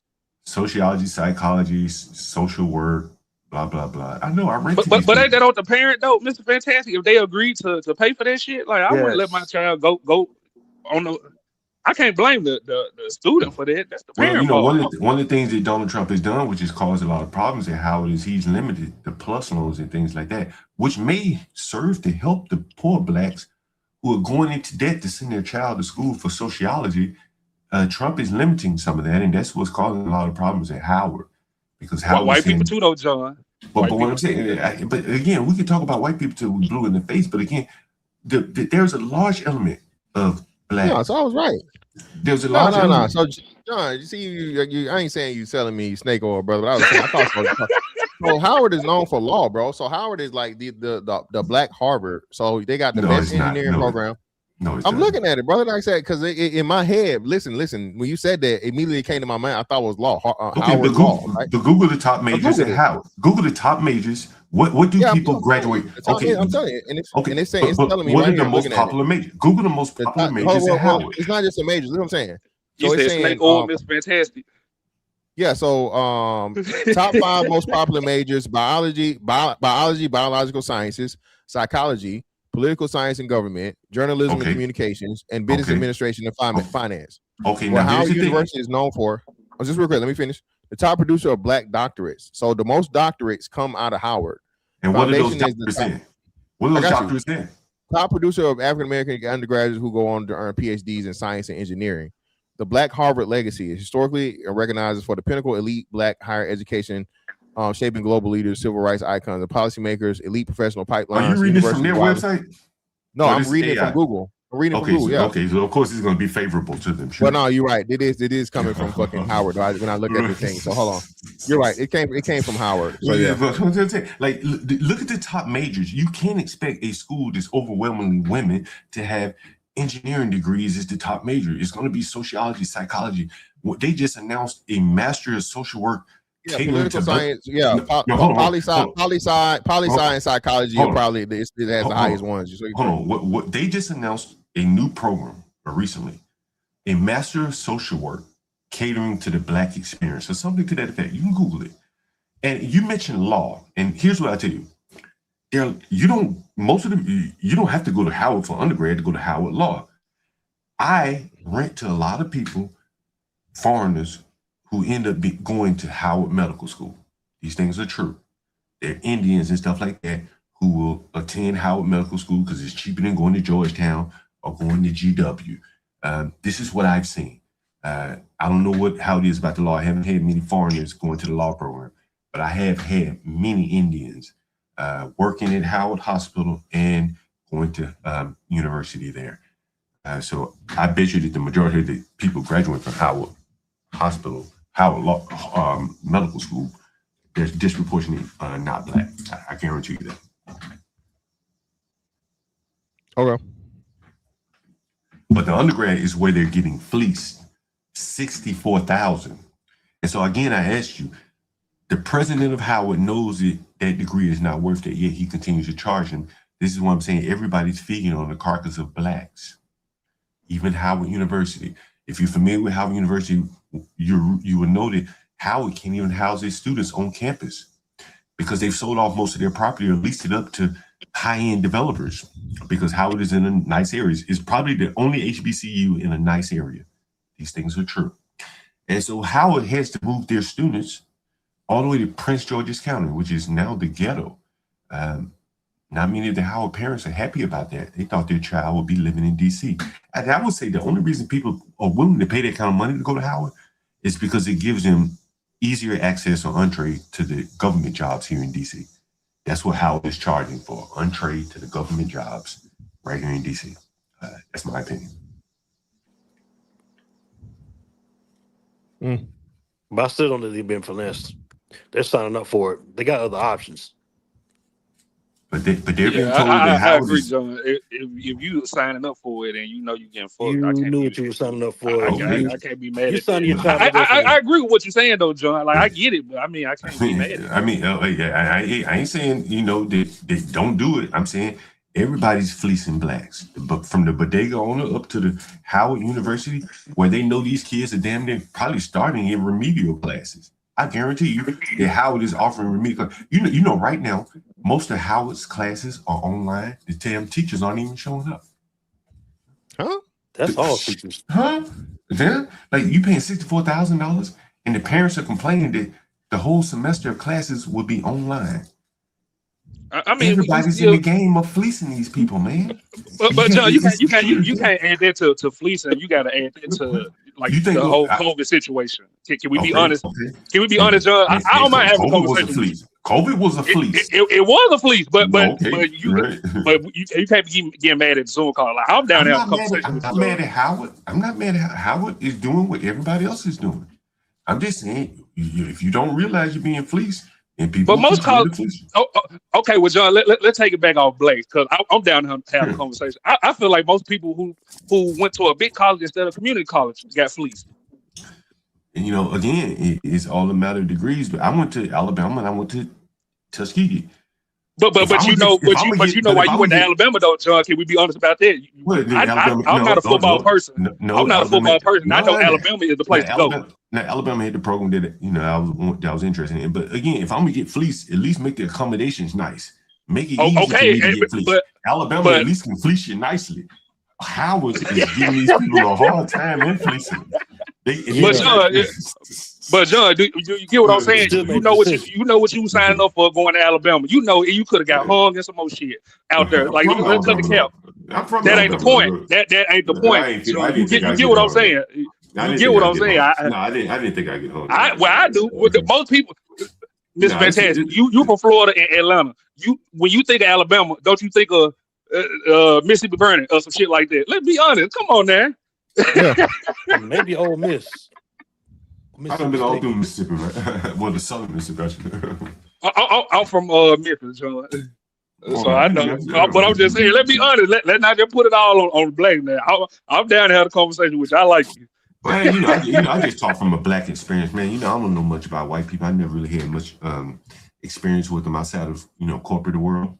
I never dated one. Never, So I can't really speak on white call people. Cap. Like that. I call Cap. I think you done played in the snow a couple Why would I times. lie to you? I tell you the truth. You stay on the John. Man, some days I go weeks. I don't even see white people. I live in the ghetto.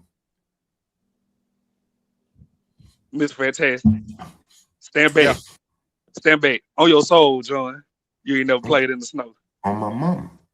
I said, I ain't say your mom. I said on your soul. I want your soul. Whatever you want me to say on my soul, man. I have no reason to lie. I don't have anything against it. You know what I'm saying? Man, I ain't got no reason to lie. Oh, okay. Yeah, okay. Just had to check your temperature real quick. But no, go ahead, Mr. Fantastic. I'm sorry. But no, yeah, man. Like I said, I think overall, like you said, just the overall, it encompasses everything, right? From the original topic to this. We have to take better authority and an overall control of how everything is going, bro. I just think it's not enough focus on the serious parts. Like, go ahead. No, I ain't mean to interrupt you. Sorry about that. Yeah. So yeah, that's what I'm saying, man. I just think at the most crucial levels, Black people have to control what we can control and have standards and guidelines and things set in place, right, and then create our own infrastructure, bro, like everybody else does. When the white man, the Asian man, the Arab man, the Indian man, the whatever other man in the fucking country reaches a certain thing, they have a network set up for their child or their successful person to be successful. For us with niggas, bro, I'm telling you, it's just like some, oh nigga, if you're not this, if you're not that, it's not whatever. I'm only looking out for this. I'm only looking out for that. I'm only looking out for this. I'm only looking out for that. And we're just not in that position and have enough, successful people to be on that type of time, right? When it comes to the criminality aspect, it should be across the board where everybody's like, hey man, we understand criminality is never going to completely totally go away. But if you step out of the line of this shit or whatever and you hurt anybody that's not in the game, bro, that's all I ask. Point blank, period. I just think it's very, very simple. I know it's not gonna. It's not. None of this is gonna be overnight. Let me be clear when I say this.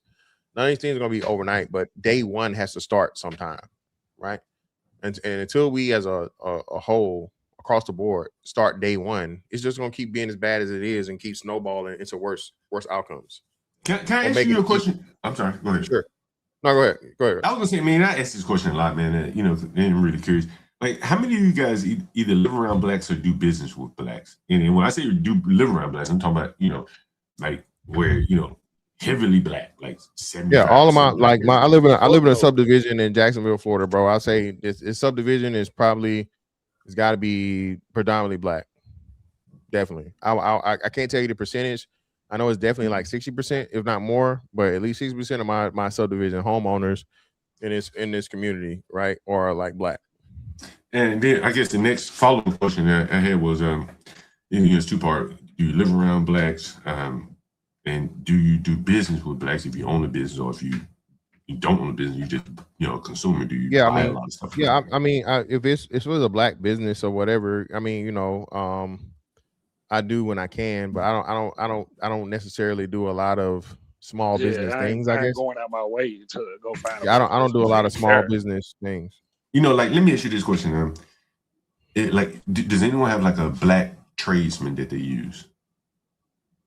I mean, John, he kind of like I shop black, but I ain't going out my way. Like, I mean, 100 miles away. You don't have to go out your way to get. You know what a tradesman is, though, right? Plumber, electrician. Yeah, you're talking about electrical work, yard work, stuff like that. Well, not yard work, but electrical work, carpentry, stuff like that. So plumbing, yeah. Like roofing or whatever. What I found, man, I think I ain't gonna say it's easy work, but anyone can get into the trade if they're passionate enough about it, and if you're good enough, you'll be able to transcend your race. Hell, you don't even have to speak English. Look at the Hispanics; they can barely speak English. They dominated the construction industry.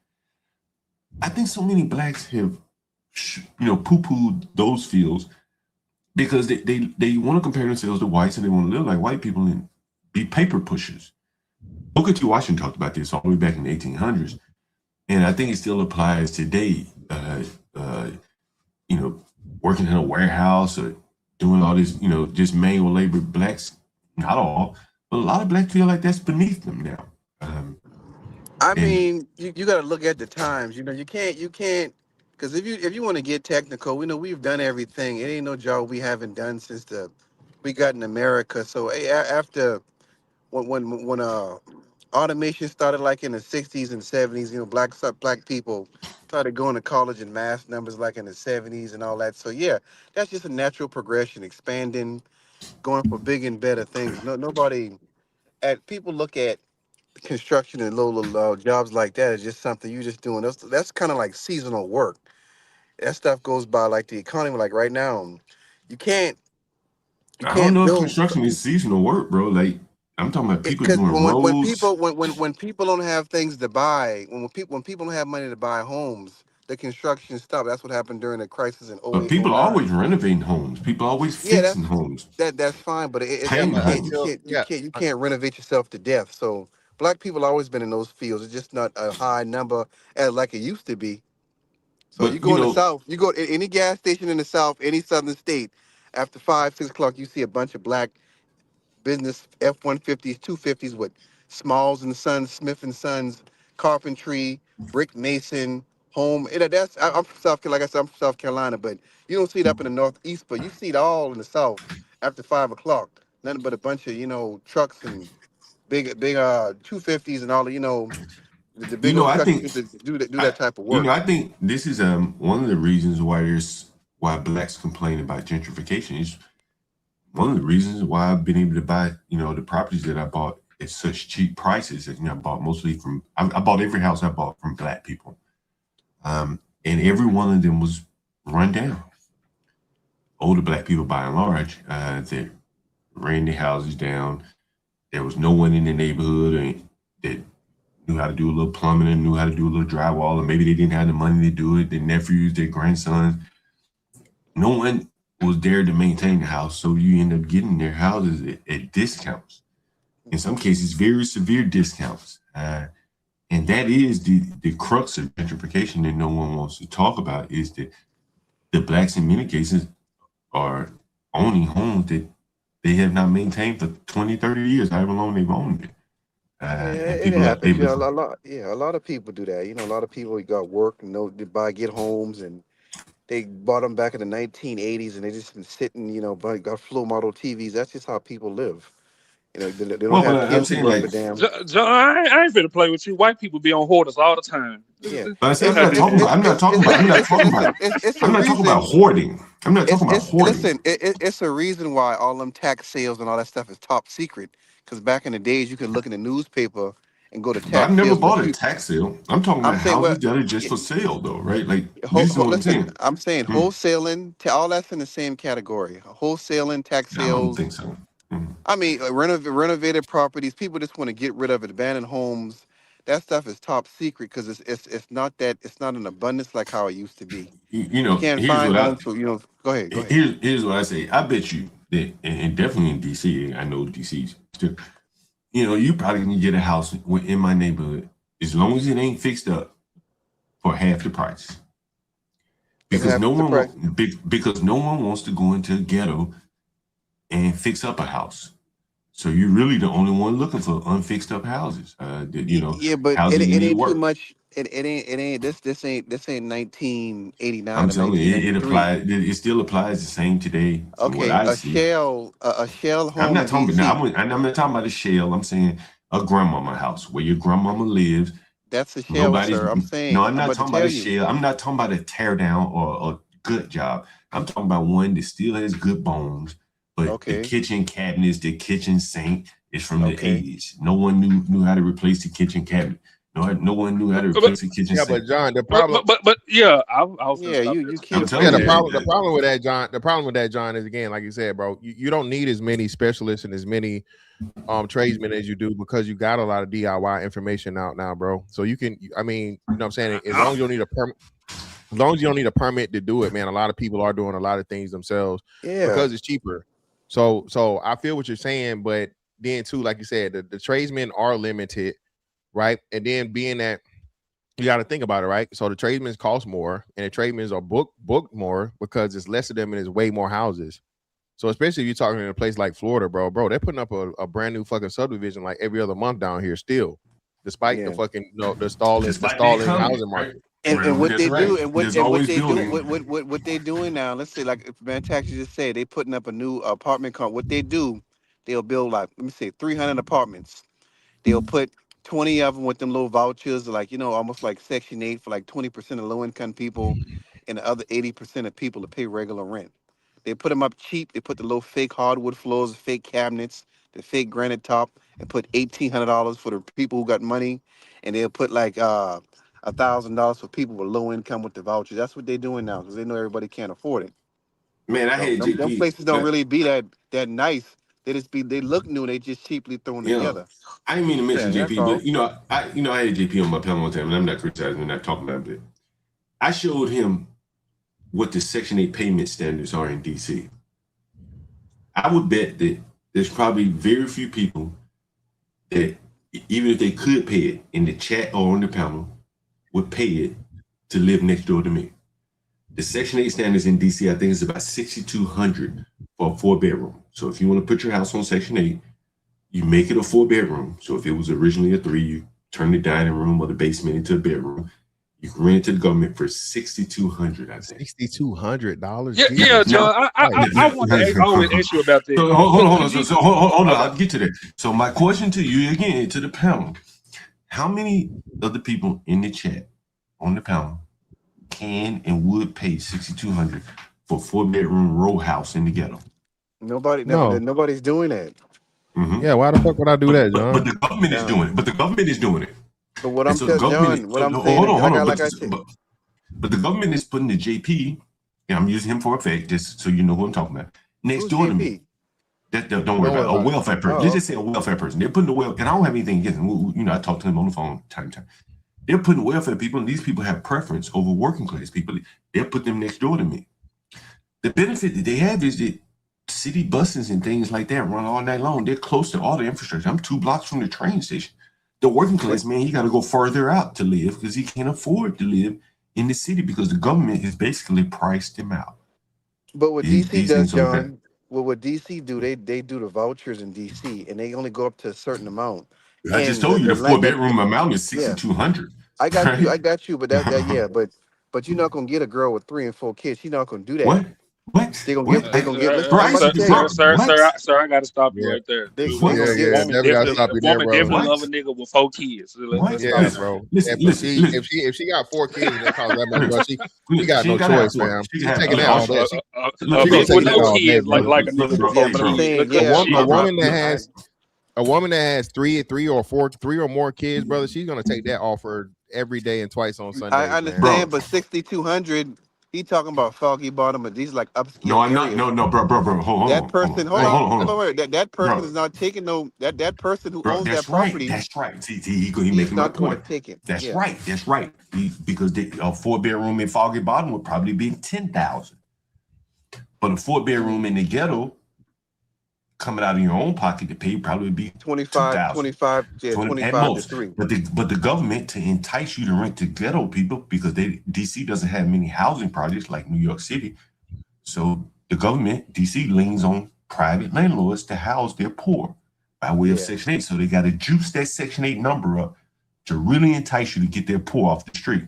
Yeah, they'll do. I once had a lady. 3,000. They'll do. Listen, I once had a lady, man. Oh, John, so it's a question though. So how does that affect the normal housing market then? Okay, that's perfect. That's perfect. That's a good question. You should understand economics. If the government is paying an exorbitant rate for rent, what does that do to the rental rates? That's what I'm asking. So what is the civilian paying? I want you to deduce. Afford that. Okay, hold on. I want you to deduce it. If the government says I'll pay 62, then what does that do to the private market rates? It hurts it. It raises it. It raises it. Why does it raise it? Because people are now that's what the government is paying. Because people are now chasing the government dollar. They're saying, yeah, I don't want somebody that works. I want somebody that lays up on welfare all day. I once had a tenant that paid $1 and the government paid the rest. Those are the best tenants. They don't want to work. The government said, hey, if you're not working, we'll pay all of your rent. And she had to pay $1. Those are the best tenants from a Section 8 standpoint. It may not be the best neighbors, but they are the best tenants. And so you're seeing by this example of how the government distorts the rental market. And I'll tell you a story. I used to own an apartment building, and the black lady was a ghetto-ass apartment building. The black lady was like, I'm about to move. She was so happy. She was pregnant. And the government, the government has rules on if you have 2 male children, they can only be in the same bedroom until they're like 7, 8 years old. Then they have to have their own bedroom. So if you're on Section 8, once those children hit a certain age, you get upgraded. Your voucher gets upgraded to 4-bedroom, whatever. So she was happy as hell because she was now about to go from a 3-bedroom house to a 4-bedroom. She lost the baby. And she was so sad. And I said, oh my God, I'm so sad you lost that baby. She said, I got to keep living here. She was madder that she had to keep living in that ghetto-ass apartment than she lost her baby. And what I'm pointing out to you is that it has stripped her of her humanity. And this is what you're seeing in Black America, honestly. They're like slaves to welfare. They don't have any, they've lost a lot of humanity.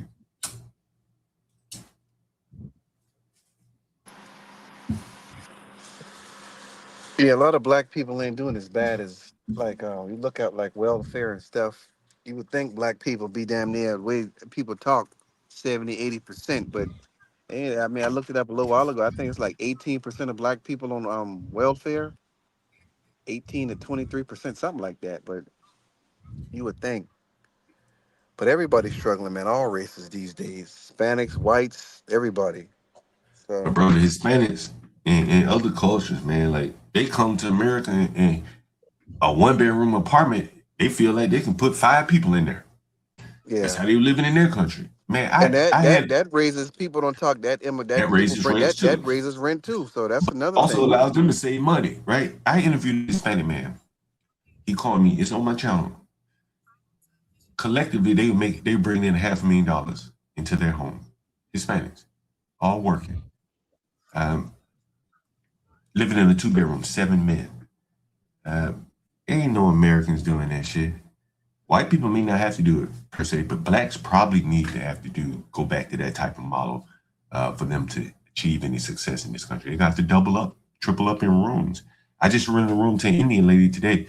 It's going to be her and another girlfriend renting a room going to college at GW. They're doubling up, man. It's the third world way. I mean, I agree with you, John, but my issue is like, can we honestly admit that we weren't taught to move like I was taught to move like that, like move, double up, but You got to most figure it black out. people weren't taught like that. Well, you seen it now. So And you I got to agree learn with on you the though, fly. John. You got to learn on the fly, right, bro? Like, Yeah, I be watching- but John, let be honest. Most people, just like we talk about these women, just like these niggas, they too old and they too stuck in their ways. Like, let's be honest. Like if we gonna start, I don't mind starting with you, but we gotta be honest. I guess it's over for them then. Listen, man, look, you know, like anybody drive Uber up here, bro? You know, Uber is like a 12-hour driving limit, right? And shit, these damn immigrants will share a bedroom and share a car. That damn car going 24 hours a day. Americans just aren't hustling like that, man. You know, our living standards are probably too high. We've imported to the third world in here that can sell fruit on the street corners. If I tried to do that, no American's gonna buy them fruit from me. We shouldn't have to go that low though. We shouldn't have to live in a gig economy hustle. This is a first world country. It is We what it should is. It's live what it's like been, third man. world, you know. Yeah. Ain't nothing wrong working a little side gig when you need, you got a full-time job, but this is America, man. This is the most powerful nation on the planet. We You have shouldn't to have to adapt, go that man. low just to live comfortably. Have to be a minimum. Oh, Say shit. who? I feel like people that's like a defeatist mindset. Like you done gave up. When you just kind of throw in a towel, I'm gonna drive Uber, I'm gonna sell fruit.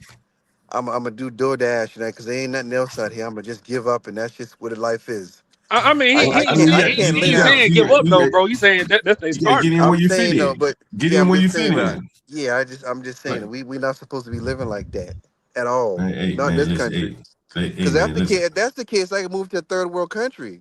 No, If I you can't can't. afford, No, you They can't. can't. They already. No, They you do I'm can't. not do They saying got Uber their over there, network for. sir. No, they, I'm bro. I Like might you as have well. been No, to no, no, no, no, no. you have been to a third Listen. world country.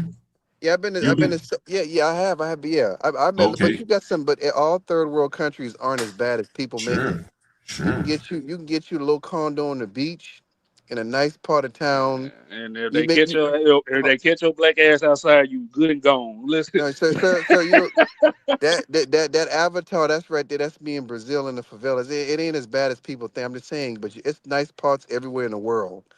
30, 40 grand. If you can make that work with a little online, I'm just saying, hypothetically speaking, you can live a pretty decent life without no stress. I mean, if you got to go through all these hoops in your own country, you might as well move someplace else and just stay there for like 9 months out of the year, or do something, because it's insane living Yeah, like third world immigrants. but again, as I say to the black people, that's more or less what I know best. Cash down your buckets where you are. You're gonna find out that there's so many ways to make money off your own people because everyone else is doing it, and their desire is probably to do business with black people. They would love to go buy their Lucy's and cigarettes from black people, cash, liquor, and shit from other black people. Right now, That's just one market. You talk about that convenience. shit, that's 3 or 4 markets. There's liquor, that's a necessity. You could say liquor more or less is a necessity. I think you would agree with that. gas is a necessity. Convenience stores are more or less a necessity in the ghetto. And then you'd be amazed at all the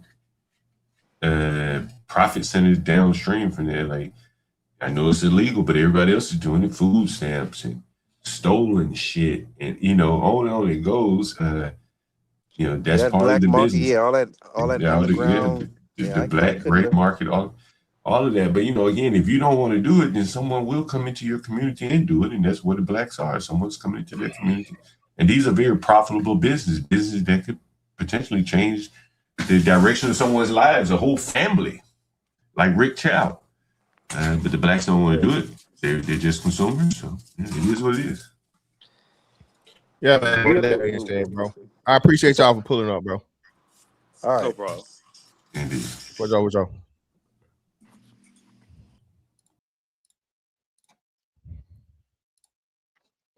Yeah, man. We just gotta control what we can control, bro. You know what I mean?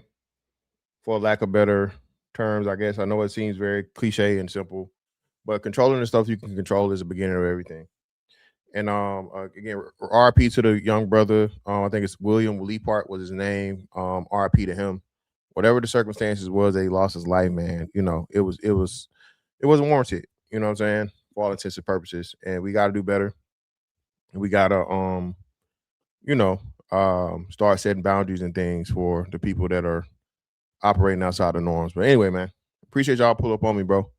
Miss Fantastic 824 on all social media platforms. Like, comment, share, subscribe, and hype the video. That's that on that one. Catch y'all on the next one. Holla, we out.